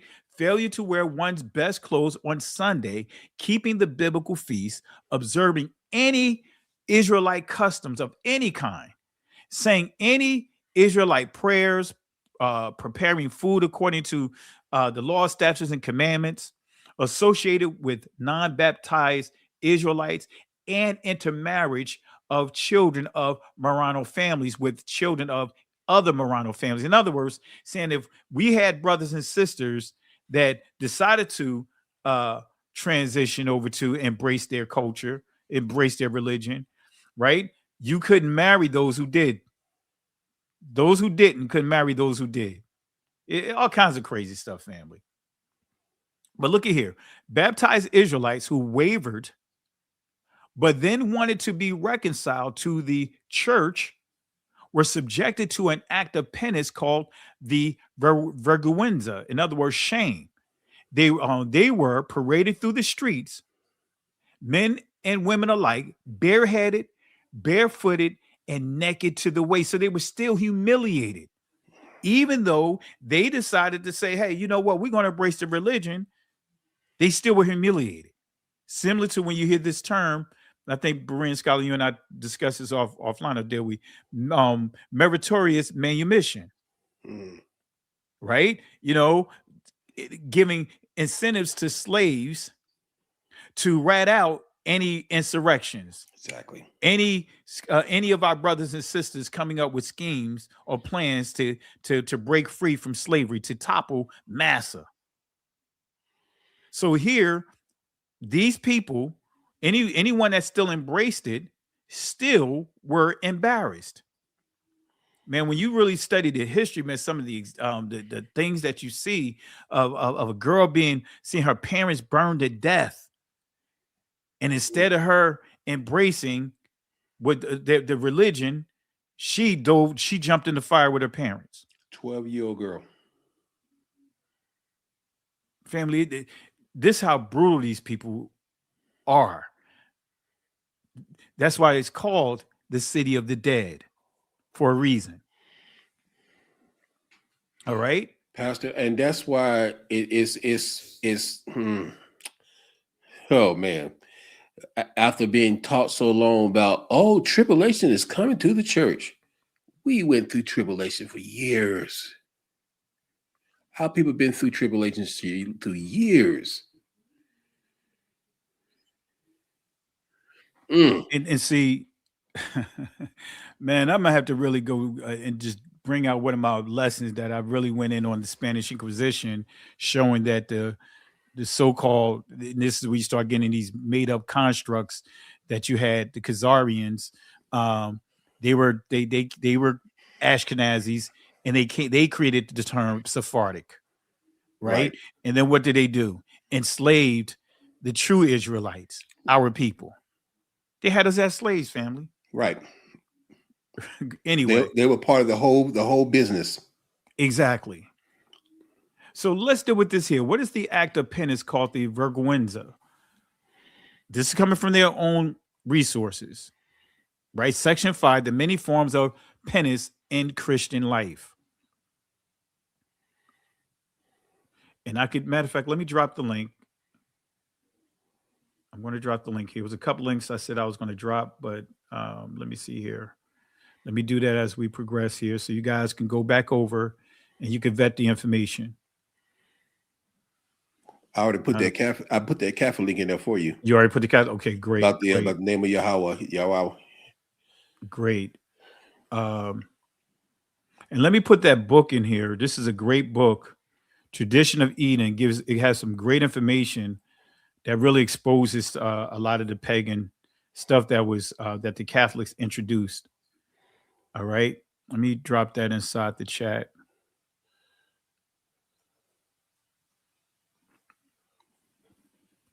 All right, let me get the link to what we have up on the screen.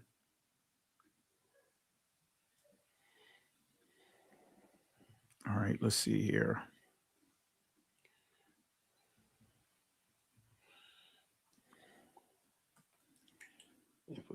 Just in case people did not get it the first time, I'll put it in there again.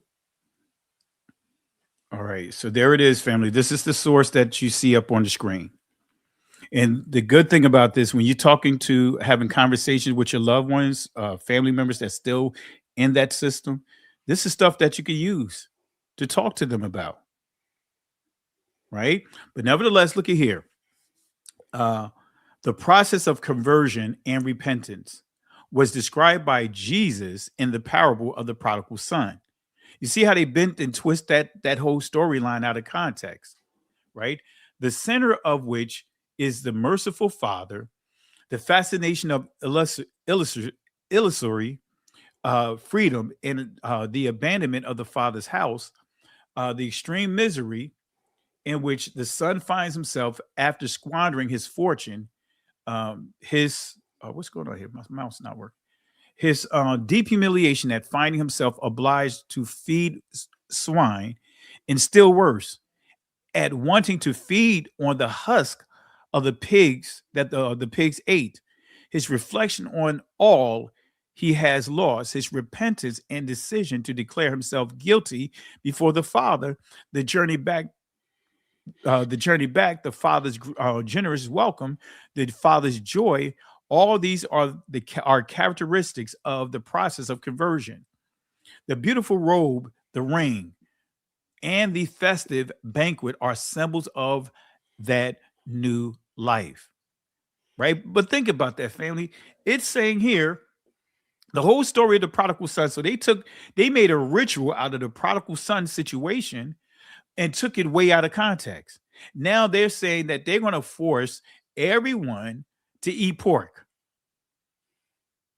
as your penalty of coming back or converting to a religion, because the true understanding of what being a convert is, according to the scriptures, is coming back to Yahweh, not going to embracing a religious system.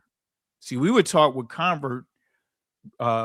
we were a warped understanding of what conversion is, or being a convert is to turn back to, not get involved or pledging to a religious system. This right here is a ritual. This is what they call a humiliation ritual. Yep. Berean scholar? Yeah, butt breaking. Absolutely. Absolutely. So let's read Luke 15, verse 15 and 16, and see if this remotely resemble what they put into play. And he went and joined himself to a citizen of that country, and he sent him into the fields to feed swine, and he would fain have filled his belly with the husk that the swine did eat, and no man gave unto him. Come on, family. But you know what happened? When he got ready to do that, what did he do? He came to his senses. Like, wait a minute, wait a minute. I'm scratching the bottom of the barrel. I'm about to eat. As it came to this, I'm about to eat the slop that these pigs eating. But regardless, let's just say whether he ate or not, the point of the matter is, how do they make a ritual out of this, a humiliation ritual requiring everyone to eat swine? No, that's the purpose of, as Berean scholar brought up earlier about Balaam, about profaning Yah's people by eating swine to make it so that way Yah's people stink in the nostrils of the Most High and reject us. That's the playbook. All right. So it says he went and joined himself to a citizen of that country. So what does joint mean, right? It means to glue, to stick, cleave, join, keep company, to join oneself to. So he gave up his identity so he could embrace the culture of another country, and he used up all his resources. Doesn't that sound like many of us? All right, not going to get into all of this, family, for the sake of time. You know, I want to make sure we cover as much as we can. All right. So the prodigal son became a citizen in a foreign country and converted, or should I say, embraced their customs and obeyed their laws. Right. And Exodus chapter 12, verse 48.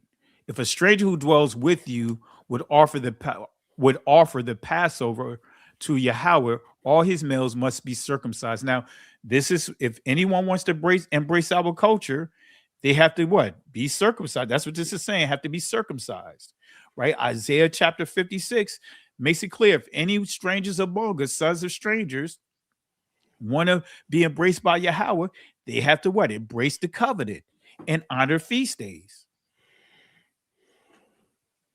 All right, that's what this is saying right here. One law. Right here. There shall be one law for the citizen and for the stranger who dwells among you. So again, what's foods sacrificed to idols? I think we kind of really gave clarity on that. What do you think, Berean Scott? Do you think we answered that question already? Oh yeah, and also clarity on what that Yahweh Shah said he hate the practice of the Nicolaitans, because that's exactly what the Catholic Church, what Christendom is doing to us. We are mixing pagan worship. We're mixing foods and sacrificing idols. We're making it okay to not observe Yah's holy days. And we got people in this so-called awakening saying that you don't have to keep all those laws. Exactly. Well, you just read that people gave their lives, jumped into fire to keep the laws, to make sure their name was blotted out. So yeah, you nailed it home. You brought it home, brother. Now, I believe in 2 or 3 witnesses, and we gave witnesses after witnesses. But let's let a Hebrew Israelite give witness to what was happening and understanding what foods are sacrificed, foods sacrificed to gods or idols or whatever. This is Josephus bearing witness of what we read in the Maccabees. Now, Antiochus was not satisfied either with his unexpected taking of the city or with its pillage or with the great slaughter he had made there, but being overwhelmed with his violent passion and remembering what he had suffered during the siege, he compelled the Israelites to dissolve the laws of their country and to keep their infants uncircumcised and to sacrifice swine flesh upon the altars against which they all opposed themselves, and the most approved among them were put to death. Backsides also, who was sent to keep the fortress, having these wicked commands, joined to his own natural barbarity, indulged all sort of extreme. All right. So we really knocked this home. We really went in on this. I'm not going to get into all of this, family. I could go deeper in this, but we already get the gist of it. We know that pork is foods sacrificed unto idols. All right. Going back to Revelation 2:14. So hast thou, or 15, so that's thou also them that hold the doctrine of the Nicolaitans, the thing, it says, which thing I hate, as Berean Scholar pointed out. All right, so we already defined it. I did have it here. We already defined this earlier, so we don't have to repeat this. But where did this originate? Are there similar practices in Scripture? Right?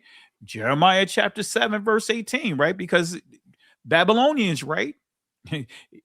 Going into these different things here. But look at here, we have drink offerings, we have all these different things already in the scriptures. Jeremiah 7:18, the children gather the wood, the father kindled the fire, the women knead their dough to make cookies for Santa. I mean, cookies, cakes for the Queen of Heaven, to pour out drink offerings to other deities, that they may provoke me to anger. And then when we skip over to Jeremiah 44:19, right, you see they got bold with the prophet. And when we burnt incense to the Queen of Heaven and poured out drink offerings unto her, did we make cakes to worship her and pour out drink offerings unto her without our men? They getting bold with the prophet. They making it clear, like, hey, yeah, we doing all of this, but so what? Wow. Our husbands don't have a problem with it. Our leadership don't have a problem with it. We still living, so we must be, we good. How many of our people have taken that approach? All right. So Israel again started worshiping false deities, especially the false deity Ishtar, the Babylonian goddess of love and fertility. Throughout the city, the entire family supported this. Children gathered wood while their fathers lit the fires, and the women needed the dough to make bread to offer to this goddess called the Queen of Heaven. All right. Now we gave a lot, family. Now we're getting ready to transition to another phase here to really bring home the point, because we got to get to that Spanish Inquisition, right? Everything that you heard thus far was just an introduction. Man, that was just the introduction, right? You touched on that the god of Ishtar in baking cookies and cakes. I in fact, because we didn't do it as a tradition, but I heard about the Easter cookies with the frosting they used to make part of. That's the same thing. Yeah. Wow. Yeah. This people, we need to wake up. Now, family, we're going to transition as we get closer and closer to where we want to get to. Anthropology Newsletter, The Origin of the Idea of Race, R.G. Smedley, November 1997. Right now, I'm going to drop the link. They took this down. The administration took all of this down. So, but you can go to this in the what is called the Wayback Machine. So you can still get to the original link in the Wayback Machine, but they're erasing everything. All right, let me pull this up here real quick. All right. They are erasing everything. Key information. So I'm going to drop this inside the chat. And the reason why I'm bringing this up, many of you guys that have been following me for years, and over the years, this is one of the things that I bring up regarding identity, because the church and other places would try to tell us identity doesn't matter. Doesn't matter. It doesn't right? matter. But I'm going to show you that the institution of race says differently. All right. So, family, you could go to the Wayback Machine, type this link in there, and it'll take you to the original article from this anthropologist who's a world-renowned anthropologist. All right. So let's see what she has to say here. She says here, contemporary scholars agree that race was a recent invention and that it was essentially a folk idea, not a product of scientific research and discovery. This is not new to anthropologists. Let me say it again, family. It says race was a recent invention. It's essentially a folk idea. What is a folk idea, right? This is a fable. Didn't Paul talk about fables? This is a fable. This whole institution of race is a fable designed to create stereotypes, right? Group people based upon stereotypes. This is not new to anthropologists. The term race, which had been a classificatory term like type or kind, but with ambiguous meaning, generic, right? Ambiguous, generic, right? Was universal, but also Catholic. So you see the Catholic influence even on the institution of race. Became more widely used in the 18th century and crystallized into a distinct reference, and it gives the different groups here, by focusing on the physical and status differences between the conquered and enslaved people and Europeans. So the conquered and the enslaved peoples, this is dealing with the Native Americans, or should we say the indigenous people here, and the enslaved peoples, our people, and the Europeans. Draw a difference, draw a line, red districting, right? The emerging ideology linked this socio-political status and physical traits. When we say physical traits, what are we getting into? Stereotypes, right? Getting to stereotypes, physical traits together, and created a new form of social identity. So the institution of race, the whole purpose of it was to give power and give this belief to Europeans as if they are the originators, still land backing off of what the playbook that Josephus exposed.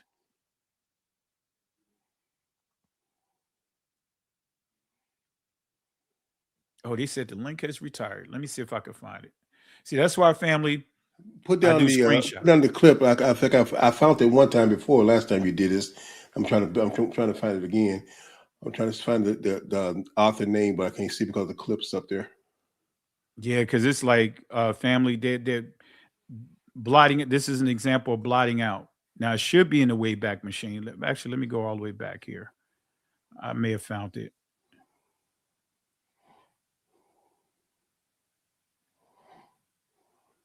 Yeah, I found it. I'll just drop the link in the chat. Here's the full link of their article from the Wayback Machine. And let's see here, because they have now surprisingly removed stuff from the Wayback Machine. All right, there you go.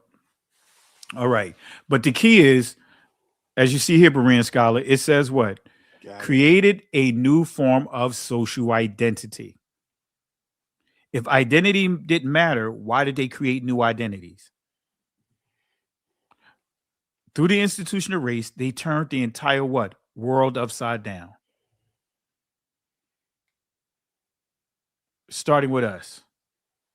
All right? So who's the architect of the system? His name is Johann Friedrich Blumenbach, right?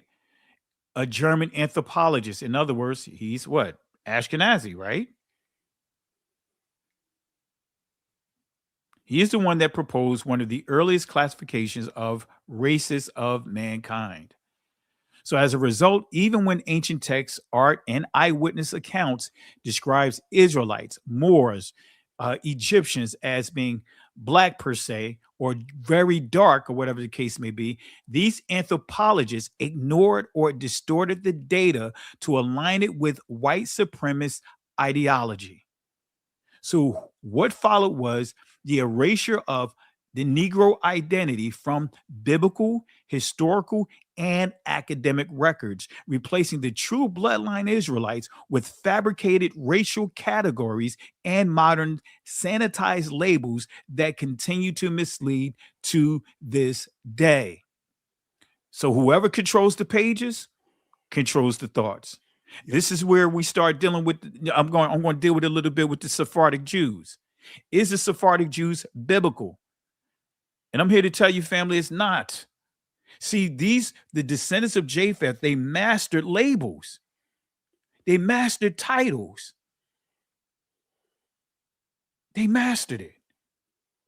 So we'll see the words Shapharad inside the scriptures, but it has nothing to do with a people group called the Sephardic Jews.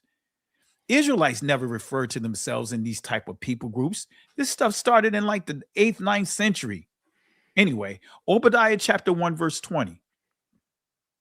And the captivity of this host of the children of Israel, who Israel shall possess, that of the Canaanites. And I want to make it clear, stop embracing this junk doctrine that the Canaanites were Caucasian people. They're Hamitic people, right? They dark melanated people as well. Son of Ham. We have to stop embracing these doctrines and giving these 1948ers and other people groups back doors.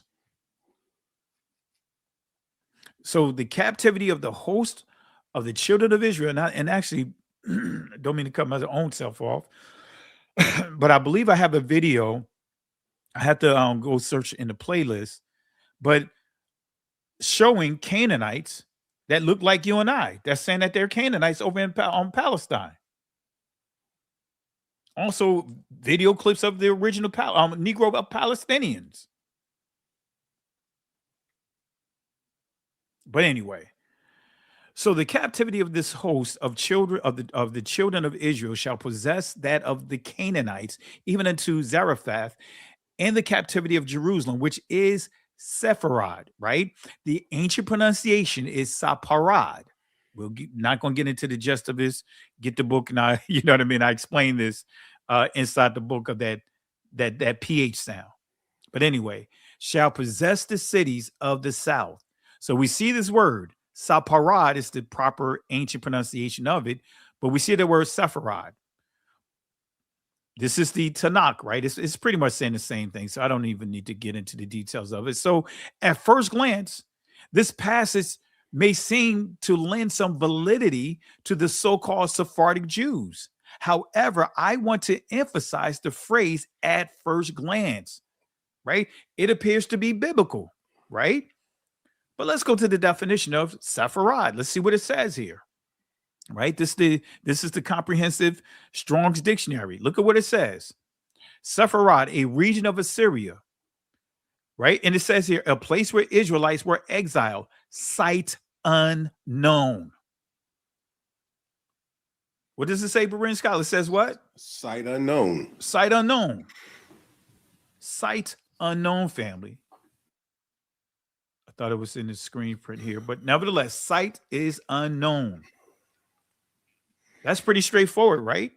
It's unknown. But 2 or 3 witnesses, right? Site unknown is a major red flag. That is a trigger.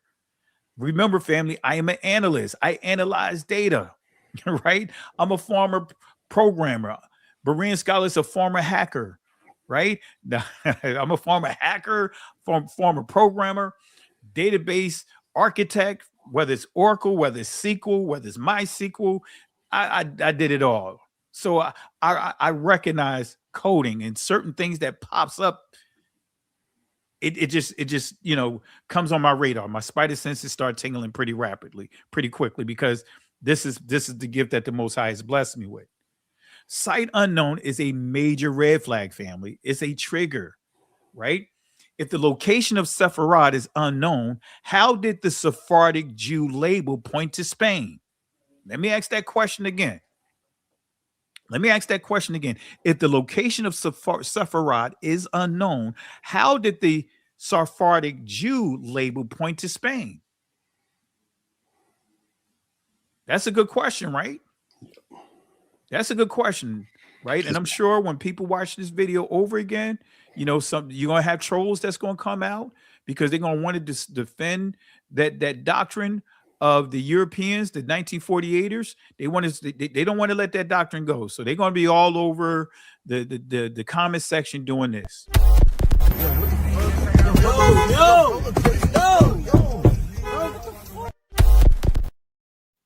That's what they're going to be doing. Family, we're going to stay the course.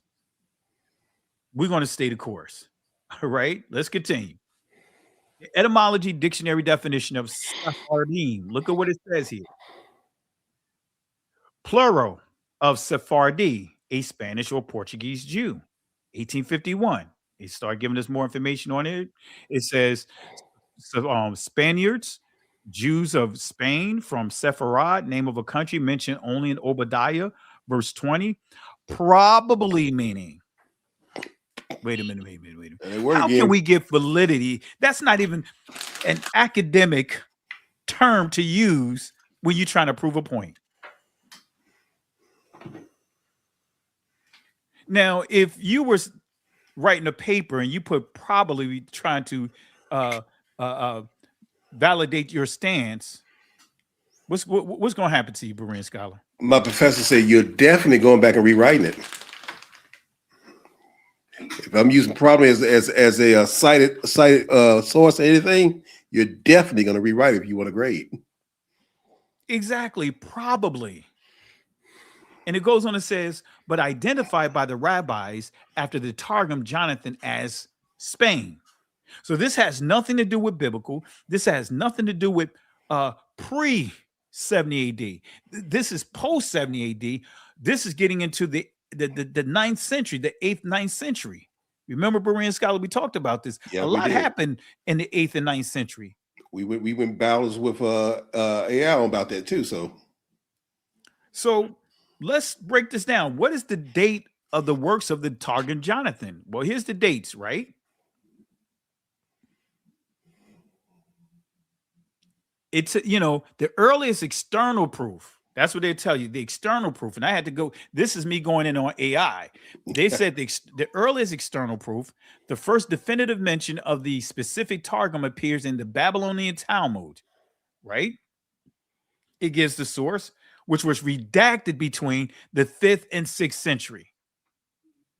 Come on, family. That's you should be scratching your head just off of that in itself, right? But anyway, conclusion.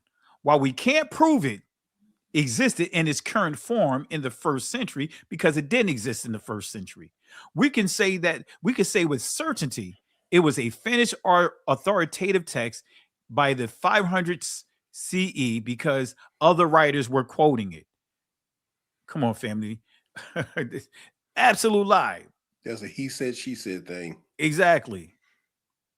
But I didn't put the whole conversation here, but I want you guys to see how I'm going to get to a key point here because I want to get into all of this. But I'm going to show you how this particular AI began to shift. Right? Hard dating the term Sephardic as a cultural identity only becomes standard in Jewish usage around the what centuries? Now we got 8th century and 9th century. Come on, family.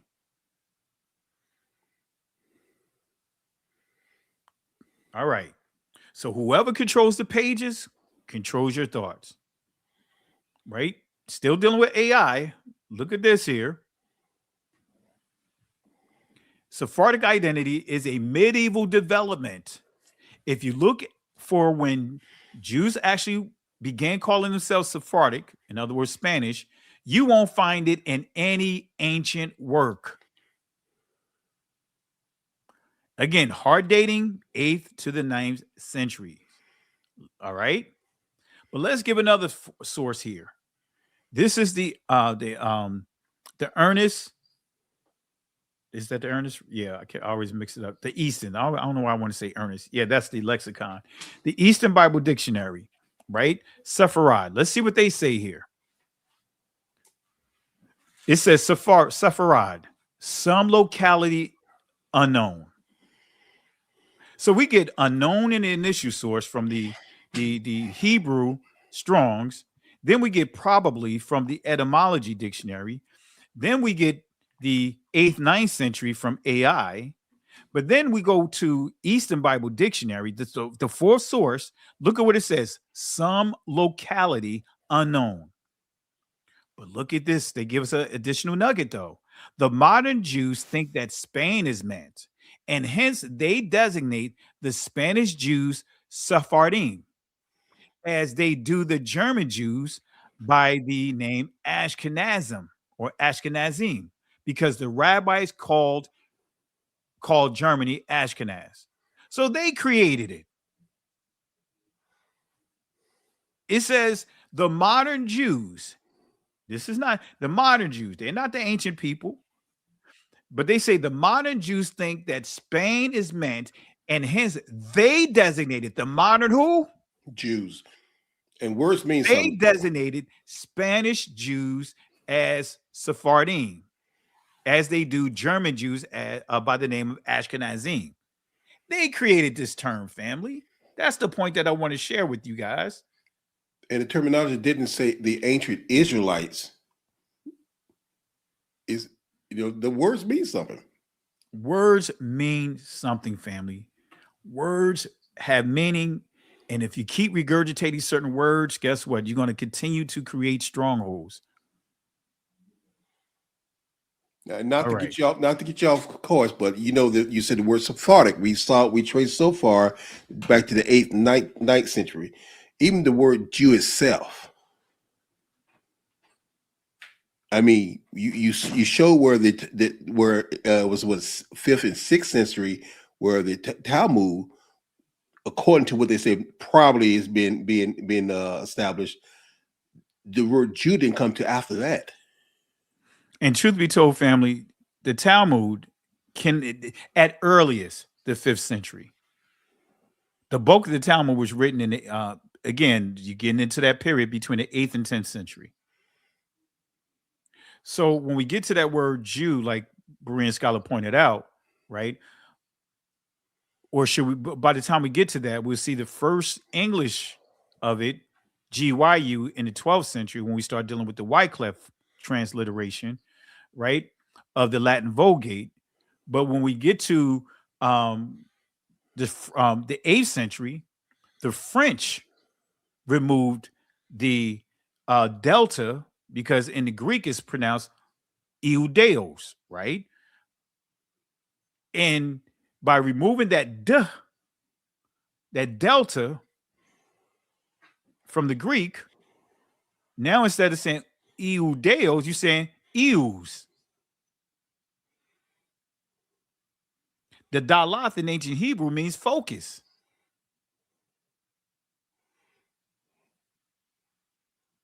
So you remove the Dalath, you create what? Confusion. And that's exactly what they did, Pastor. Confusion. I'm looking at a question in your chat from Brother Yasha about the Sephardic Jews are not related to us. The terminology that the modern Jews, as he just read, is trying to put the European Jews that moved to that area and call them Sephardic. Exactly. Our people didn't call ourselves Sephardic. We didn't call ourselves Jews. Exactly. Well, let me give you one more source. I gave you what, 4 sources so far? Oh, come on, drop it. Keep hammering that nail. The Origins of Ashkenazi Jewry, the controversy unraveled. Jit Van Straten. Look at what he says about this. Here's a key criticism of the testing that completely debunks the so-called Sephardim, right? Look at what he says here, right? I'm just going to highlight this section right here. The population studied are defined wrongly. The term Sephardic Jews being used for North African Jews. Sephardic Jews are Jews whose ancestors were expelled from Spain in 1492. Zussman Diskin suspects that the authors used the term Sephardic as it is used in Israel by religious politicians, a terminology that has nothing to do with science. Doesn't that go all the way back to the institution of race? Yep. Said it was not based on any scientific equations. It's a folk idea. Oh, come on, family. Oh, yeah, we laying it out for you guys. And I want to make this clear with this claim this disclaimer I'm making. These are not rhetorical claims. They are conclusions drawn from documented sources, and they demand what? An honest accounting of history, which that's what we're doing. We're not just making rhetorical claims. We're giving you proof. I given 5 sources? Yeah. At least? Go ahead, Berean Scholar. This is to Yahastara Yakopa. That's the confusion that they've done with the word Sephardic and the word Jews. Like that's why we have people now say, "Well, I'm the original Jew." No, we're not. There's no original Jew. I cringe when I hear the preacher saying that Jesus was a Jew, Paul was a Jew. These people were not Jews. Absolutely, it was not Jews, family. That's a whole nother discussion, and we're going next weekend. We're going to touch on that. We're going to have to go in, and I'm gonna have to pull out the milk crates. My lesson on the word of confusion, and deal with that word. Now, family. Now we're getting ready to go into the deeper water. Now we'll go a little bit longer, but we may have to do this in a part 2 because we still have a lot of information to cover, but I am going to cover a little bit about the Spanish Inquisition. So I'm going to give you a few sources, right, that we're going to touch on. And I want to really get to the Spanish Inquisition, a couple of sources about the Spanish Inquisition, and we'll continue this next week. All right. Africa and Its Inhabitants by Elise Reclus, right? This is a key source here. Key source. And it reads, a part of the local trade is in the hands of the Mavumbas, right? Which is also referred to as the Sonic people. A people of grave and solemn aspects with intelligent eyes or straight, or even alkaline nose, whose pronounced Semitic type has earned for them the Portuguese designation of Judeos Preton, or Black Jews, they may certainly be regarded as of Jewish origin. If the statement be true that they are strict observers of the Shabbat, abstaining even from all conversations of that on that day, according to the natives, the Mavumbas were expressly created by Allahayim to punish other mortals by reducing them to poverty. All right. So no, you know what? Actually, it's not the Mavumbas. That was also known as the Sonic people. It was another group. I can't think of the name off the top of my head. So correction. My apologies. That's a mistake. I'm thinking about another group. They were called the Sonic people. I can't think of it. I can't think of their names right now. But anyway, family. So the Mavumbas are mentioned on another map. And let me show you that map. The Lost Tribe, a myth suggests towards rewriting history, page 257. Right? And you guys see it here. Let me know. I'll zoom it in if you guys can't see it. There you go. Mavumbas Jews.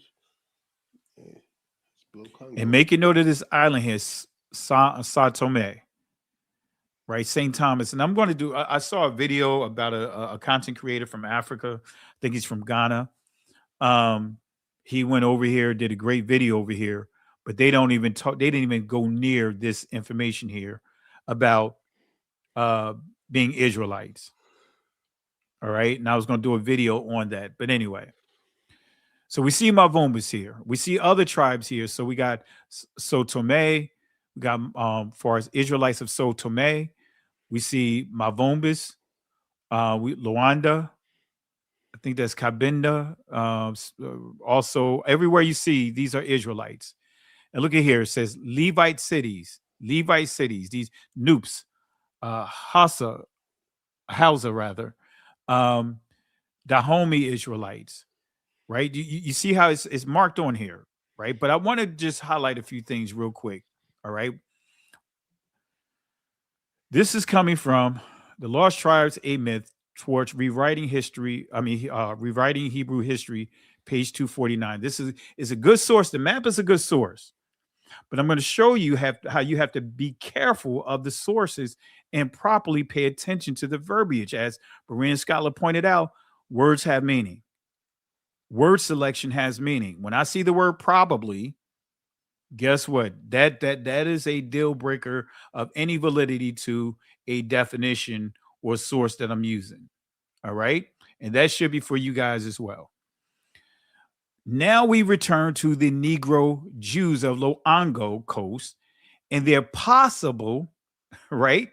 Notice what you see, possible derivation from the Negro Judaism of the Portuguese Jewish colonies of Sao Tome. That colony was planted by King John in 1484 and supplied with Negro women from the Loango coast. But another important fact is to be added. Gonzalez Perez reports. Oh, what happened? What's happening here? All right, there it is. That in 1492, the government Alvaro de Camina, excuse me if I butchered family, took with him to San Tome 2,000 Negro children of 7 years age and under, whom the king had allowed Castilian Jews. These are Caucasians, family. Castilian Jews are Caucasians to carry off. This shows us Castilian Jews a few years before the establishment of the Inquisition and the Canaries engaged in the slave trade and aiding their refugee co-religionists from Portugal. But with the initial facts before us, we recognize that a considerable free Negro Judaism was certain was certain to develop at Sao Tome, and that the mercantile colonies of these free Jewish Negroes were certain to spread to the adjacent coast. So what they're trying to say here, deceptively, is trying to say the Israelites were converts. That it was these Caucasian slave owners, 1948ers, right, is where the Negro was converted to their Judaism, so to speak. That's what this is saying in a sneak way, a deceptive way. It is beside the mark to scrutinize each colony for traces of white blood. The point is of value as showing continual migrations of nominally converted African peoples. You see what it's, you see what I'm getting at, right, Berean scholar? Yes, yes. It's alluding to that the Negro Israelites, the Negro Israelites are converts. Abby Proyart was much interested by the fact that Negro parents occasionally had children that remained all their lives as white as Europeans, right? You see, come on, family. Wow. Had blind or red hair and beard with feeble sight. They were accounted extraordinary or divine beings and were ranked above the native Mangangas or fetish priests. Now they're dealing with some of our people that were dealing with albinism. Anyway, but you see the foolishness in this. But when you go ahead. You know, statements that he met Negroes in Guinea who called themselves Portuguese and boasted their Portuguese ancestry and scorned other Negroes around them, though indistinguishable from them. So, family, this is why I said this very first source that I share with you, not this right here, because I'm going to show you, I'm going to knock this whole stuff, pick this whole garbage apart. But the key is the map is a good map of identifying our brothers and sisters in the continent of Africa. But remember, I said here, Africa and its inhabitants, volume 2, page 410, volume 2, Africa and its inhabitants. This is the source that far predates that garbage that we just read. And they didn't mention any of the stuff that source made. And the source you gave me, he said that he gave the name who told him that the last name was Perez. Yeah. Yeah. That's the Sephardic name, ain't it? Well, some Sephardic. That's one of the European Jews that masquerade themselves as us. And so, family, and we're gonna go for about another 20 minutes because I don't want to go too late. I know we got a little, it's what, a quarter after 12, and we've been going for over 2 hours. But this is a good source and yet bad source, most used without actually recognizing the author's attempt to rewrite history. See, I've seen people use this map, but they really don't read. I can tell that many that use this map haven't read the book. Right. Right. Because, you know, many people, you know, and I understand, you see a good source, you take it, you run with it. But you gotta make sure you understand the context. What's revealing is how the Lost Tribes, a myth suggests, towards rewriting Hebrew history was first published in 1930 by Duke University Press, subtly reframes what earlier cited sources had already recorded about the Mavumbas, right? Decades earlier, Elise Reclus, as we just pointed out, Africa and its Inhabitants, Volume 2, right? You know, don't want to read all this, documents the Mavumbas as Judeos Pretos, in other words, Black Jews, and ties their identity to origin and covenant practices, stating that they were strict observers of the Shabbat, abstaining even from conversations on that day without any suggestions that they were converts to Judaism. You didn't see anything about that. But the Lost Tribe, right, that source I just shared with you, injects missionary language like Christianize, baptism, and then uses Judaism in a way that carries a conversion overtone, as if this identity was adopted through colonial contact. So this practice stays consistent across the record. But within a 40, 50-year window, the framing shifts, showing how quickly African Hebrew identity could be relabeled, reinterpreted, and repackaged through a European lens. Yep. So the lost tribe, myth, suggestions towards rewriting Hebrew history doesn't just discuss identity, it assigns hierarchy.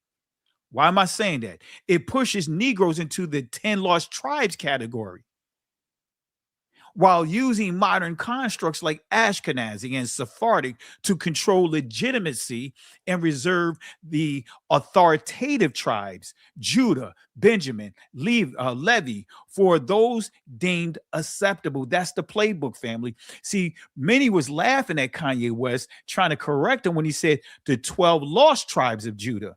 What he was saying is that all 12 tribes, true tribes of the Israelites, right? Yes. Are not identified correctly. He's not. See, they've been programming us to say that the 10 lost tribes. No, family. Nah, they don't get away with this. Wow. Because technically, if they want to go with use that argument, it would actually be 9. The Southern Kingdom is Judah, Benjamin, and Levi, right? That's correct. But the truth of the matter is, when Kanye West says this, and I'll just play this clip real quick. Where is it? Let me play it real quick. Planned Parenthood was made by Margaret Sanger.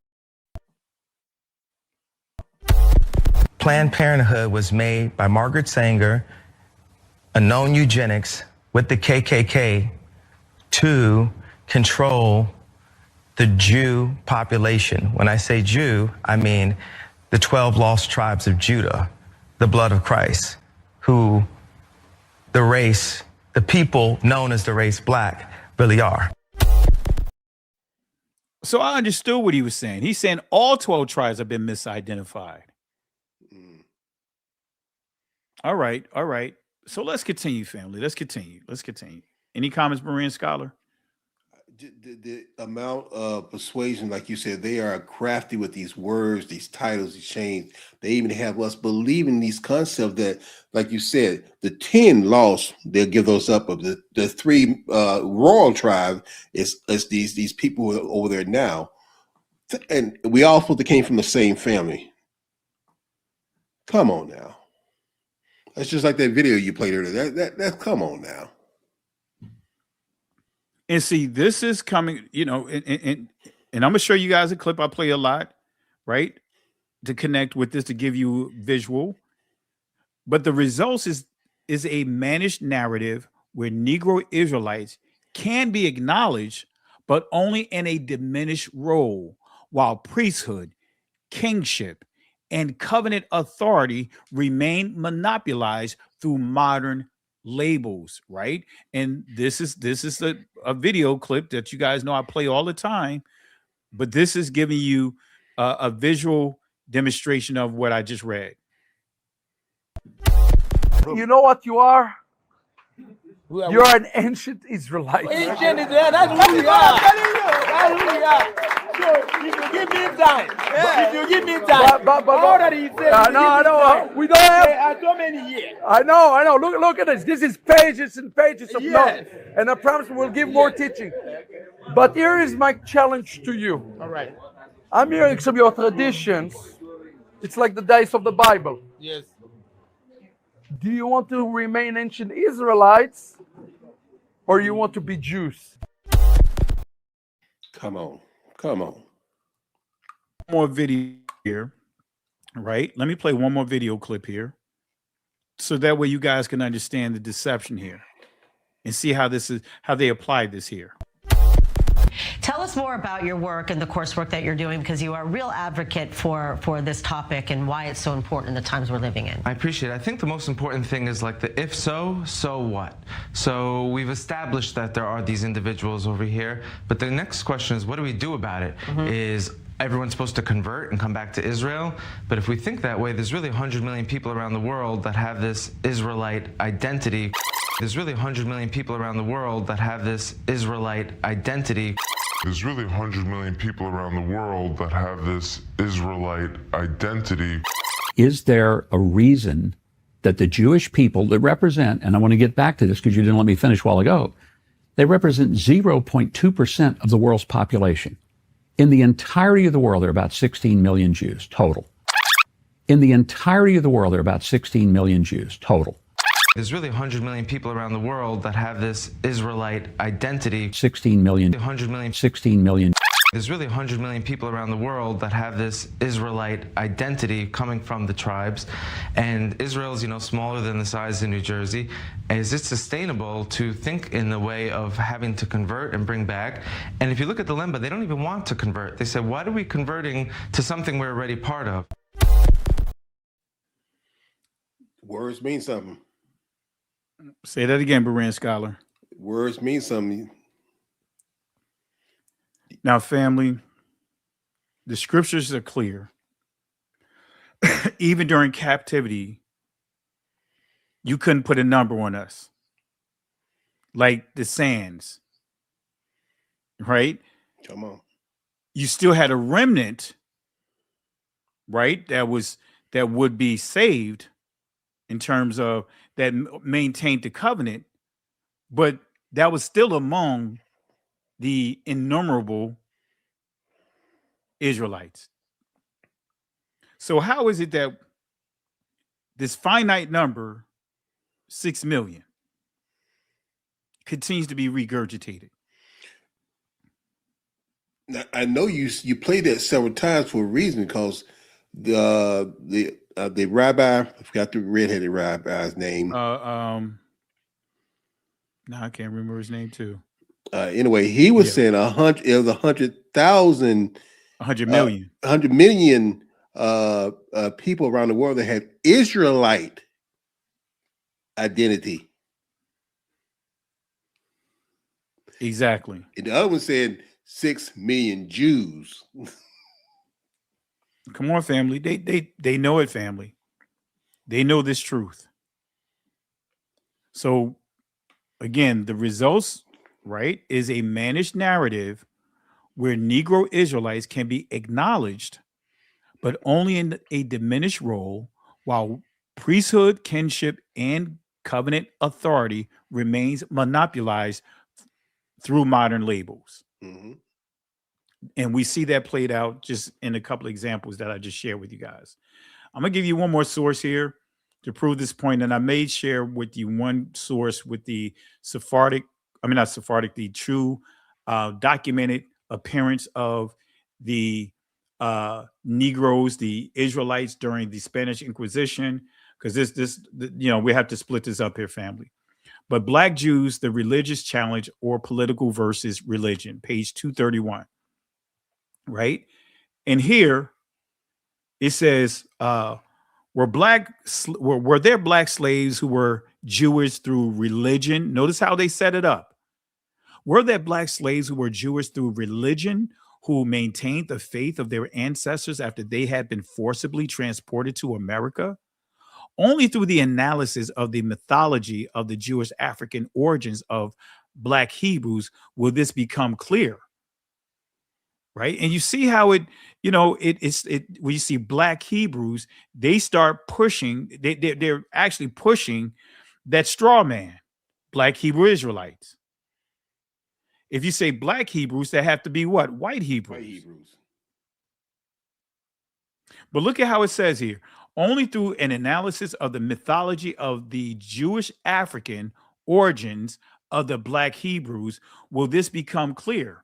The following are the major sources that need to be considered in such an analysis. It says here, witnesses, tales of the explorers who mentioned the existence of communities of Black Jews on the African continent, and particularly in the areas where the slaves were picked up, where the slave ships picked up Black slaves, rites and customs which have more or less explicit analogies with those of Judaism. The semantics and dialectology of some African societies reveals some features comparable with those of Judaism. The deduction of and conclusion of anthropological and sociological work done in Africa. It is well known that 1,500 years before Islam, Judaism was present in Africa. But you see what it just did here, right? Let's go back here. Let's go back here. 1,500 years before. It says here, were there Black slaves who were Jewish through religion, who maintained their faith of their ancestors after they had been forcibly transported to America? So it drops a little nugget here, not a nugget, an actual deceptive capsule here, a seed to when you read this, oh, they all, they converts. They converted to Judaism by the white masters. You see what it did here? You see how it sets it up? So only thing you're going to see is they converts. They may be Israelites, but they converted to Judaism. That's how they became XYZ. But let's get here. It is well known for 1,500 years before Islam, Judaism was present in Africa. So 1,500 years before Islam. When we start understanding Islam, that is like the 6th, 7th century. Islam does not date back beyond the 6th century. So 1,500 years before that, according to this source, right? So make a note of that, family. You're just going to say something, Berean scholar? Even when it was written like Judaism, it was Torah beliefs, Torah life. Exactly. You're right. It made it religion, right? Yeah.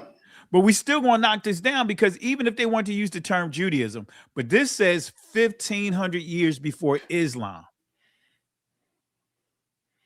It is well known that 1,500 years before Islam, Judaism was present in Africa. Travelers' tales and stories of journeys across North Africa, the Sahara, and the Sudan provide considerable evidence of the existence of Jewish communities on the African continent. We know that from the time of St. Jerome, 340 to 420, a chain of Jewish commercial towns stretched almost uninterrupted through Mauritania, excuse me if I butcher it, to India. St. Augustine learned Hebrew in Tazim, where there was a Judeo-Syrian colony which came from Cyrenaica. These groups went as far as Okar and the southern Sahara, and according to the Chronicles of the Sudan. So they contradicted themselves. Here's the first contradiction. It is well known that 1,500 years before Islam, Judaism was present in Africa.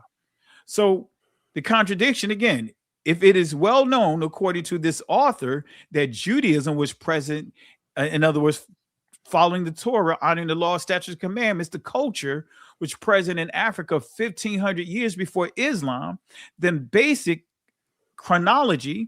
by basic chronology, Islam emerging in the 6th and 7th century, this places the presence deep in antiquity, roughly 500 to 600 BCE, not a late or recent conversion phenomenon that they want to push. Yet the author still frames Negro Israelites, so-called Black Jews, as African groups who merely adopted Judaism, which is a narrative of what? Sleight of hands.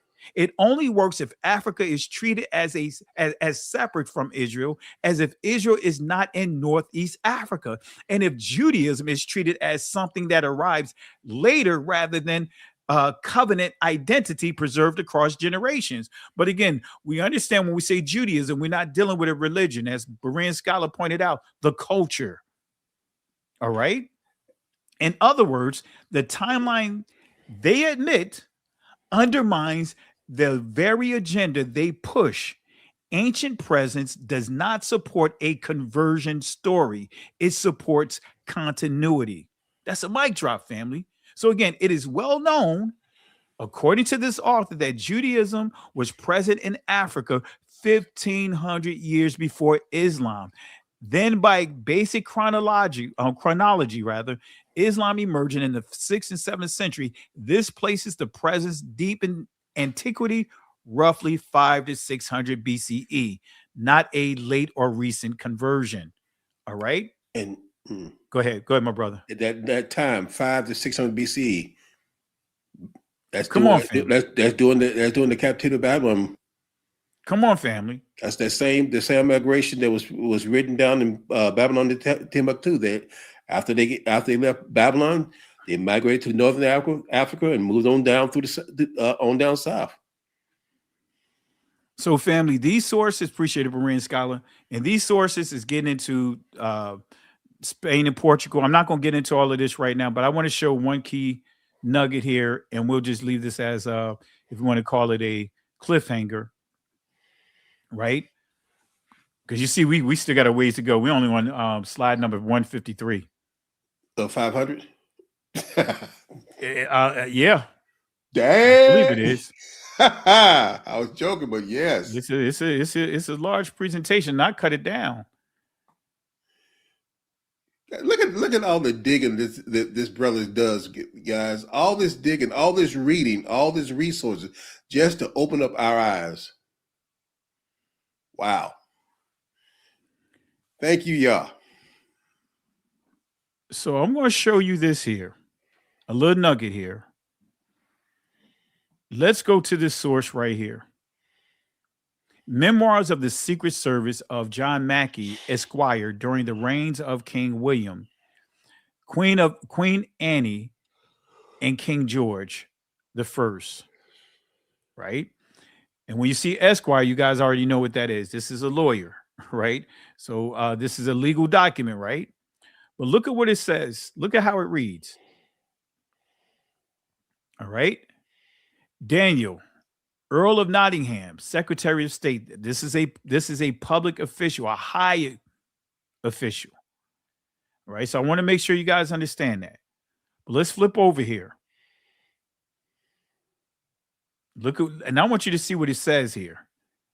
It says, describing him, this high-ranking official, in his habit and manners, very formal, a tall, thin, very black man, like a Spaniard or Jew.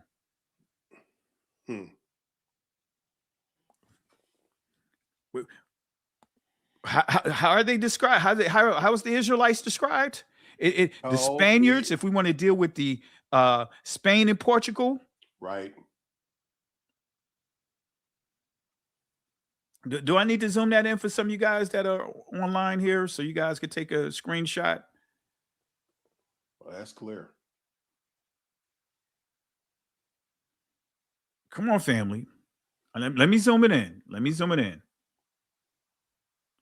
I thought somebody mentioned super stickers. Did I get a super? I don't see any super chats here, so I would acknowledge if anyone gave a super chat. So I don't see any here, but it's all good, family. But let's see here. Let me zoom it in.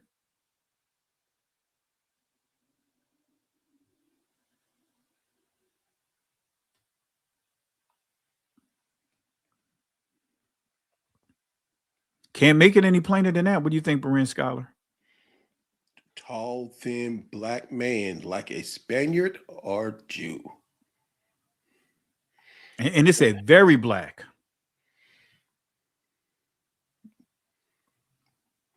Black Benjamin. Black Benjamin. That's right. Let's see here. Let me show you guys one more. I'll give you a bonus and then we'll call it a wrap.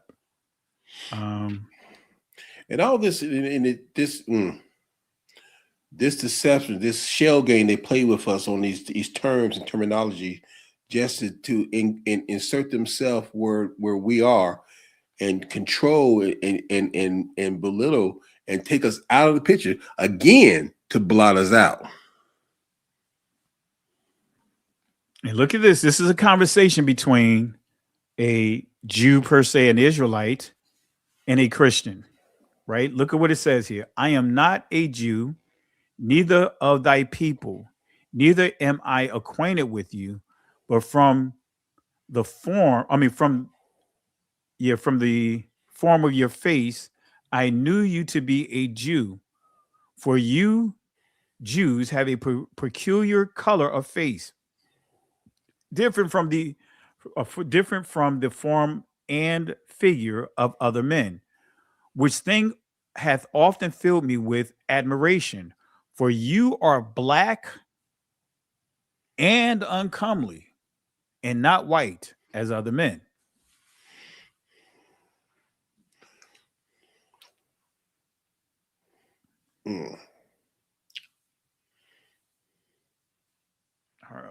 Family, and I'm going to unpack this because I have other sources to prove, just starting with Spain and Portugal, that it's documented proof that they did not mix and mingle with other cultures, other nations. I have the sources. They make it clear the Spain and Portugal Israelites, they were dark melanated people. They were Negroes. We're going to stop right here. Brian Scholar, any comments? Tonight you laid out evidence upon evidence, witness upon witnesses, showing what they are doing to our people to put us in the same category as the Nicolaitans, and how they went through great depth to make sure they confuse all of us, because we all use this language, and we've been so conditioned. When you say the word Jew, you immediately think about the white guy with the black hat and black suit on. But they all acknowledge that there are Ethiopian, what they call Jew, other tribes. They all acknowledge that, and just the ideology that it's no way that we all came from the same family. But yet the ideals, they still push it there. And the way you pointed out the word is the verbiage, because words do mean stuff. We have been fed this line. They've painted that picture themselves in the scripture so well. Absolutely. And someone asked the question, yes, uncomely means unattractive. So that guy, that Christian called that dark-skinned Israelite unattractive. That's another with the painting. Black is ugly, white is beautiful. And that's the thing they got us thinking about that about ourselves. Exactly.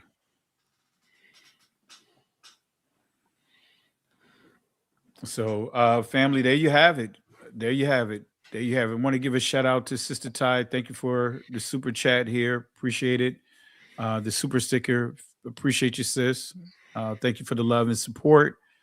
But there you have it, family. We can't make it any plainer than what we shared here, but we, had to walk you through before we could really get into the meat and potatoes, because I could have dove right into the Spanish Inquisition, but we gotta walk it out. You got to understand this machine, right? The how it operates, how it functions, and all the things that it has done to try to profane us before the Most High. That machine is going full speed ahead. We had to really, I just really wanted you guys to understand that aspect of history, so that way everything else will make sense. All right. So with that being said, appreciate your family. Any final words, Berean Scholar, as we get ready to wrap up? That there's, like, I'm going to repeat one of your good quotes.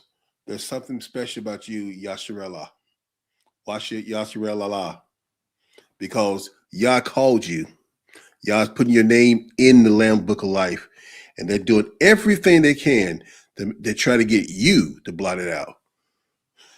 So I thank you for bringing this is the word, because it's important that we keep our commitment to the covenant. We can keep our commitment to our relationship with the Most High and call the name of Yahweh. Absolutely, absolutely. And family, speaking of that, that's the song we're going to close out with. But I will say this, in the words of Yahweh, the words of encouragement that he gave to Israel as they were at what perceived to be a dead end, in Exodus chapter 14, verse 13 and 14, he said to them, "Fear ye not, stand still and see the salvation of Yahweh. These Egyptians that you see here today will not have power over you ever again. The Most High will fight for you." But here's the kicker, family. We have to hold our peace. The Hebrew word inside that text is charash, which means be quiet. Can't go back, can't stay here, keep moving forward. Shalom. There is something special about you, Judah. There is something special about you, Israel, or Yashara'al. When I say Judah, Yahwadah. That is the ancient pronunciation of the word. There is something special about you, Judah. Yahweh only spoke to you, to us, as a nation. And he spoke to no other nation. That's why we are supposed to be what? That light. We're Yah's chosen people that's separated. We're supposed to be the nation that's teaching the nations, not the nations teaching us. Lion of Judah come upon the earth, bringing unquenchable fire. All the tribes of Israel and the believers stand in power. Speak with authority, worship uncontrollably. There's something about you, Judah. Fire upon the kingdom of darkness. We may suffer for a little while, but joy cometh in the morning. Judah special, no wonder we were a chosen vessel. In and out of captivity, weaving like a pretzel. Messiah come through the tribe, clean out the bloodline. We disciples, so put us up on the front line.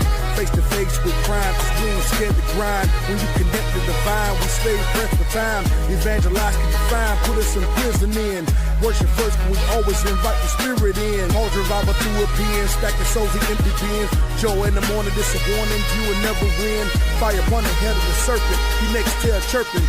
It's too late cause your tail's already burning. I don't want your riches, got a mansion with gold streets. Movers all around me, the light shine, no police. The living used to be deceased, resurrected to a feast. Nothing like being in peace at the table with the meat.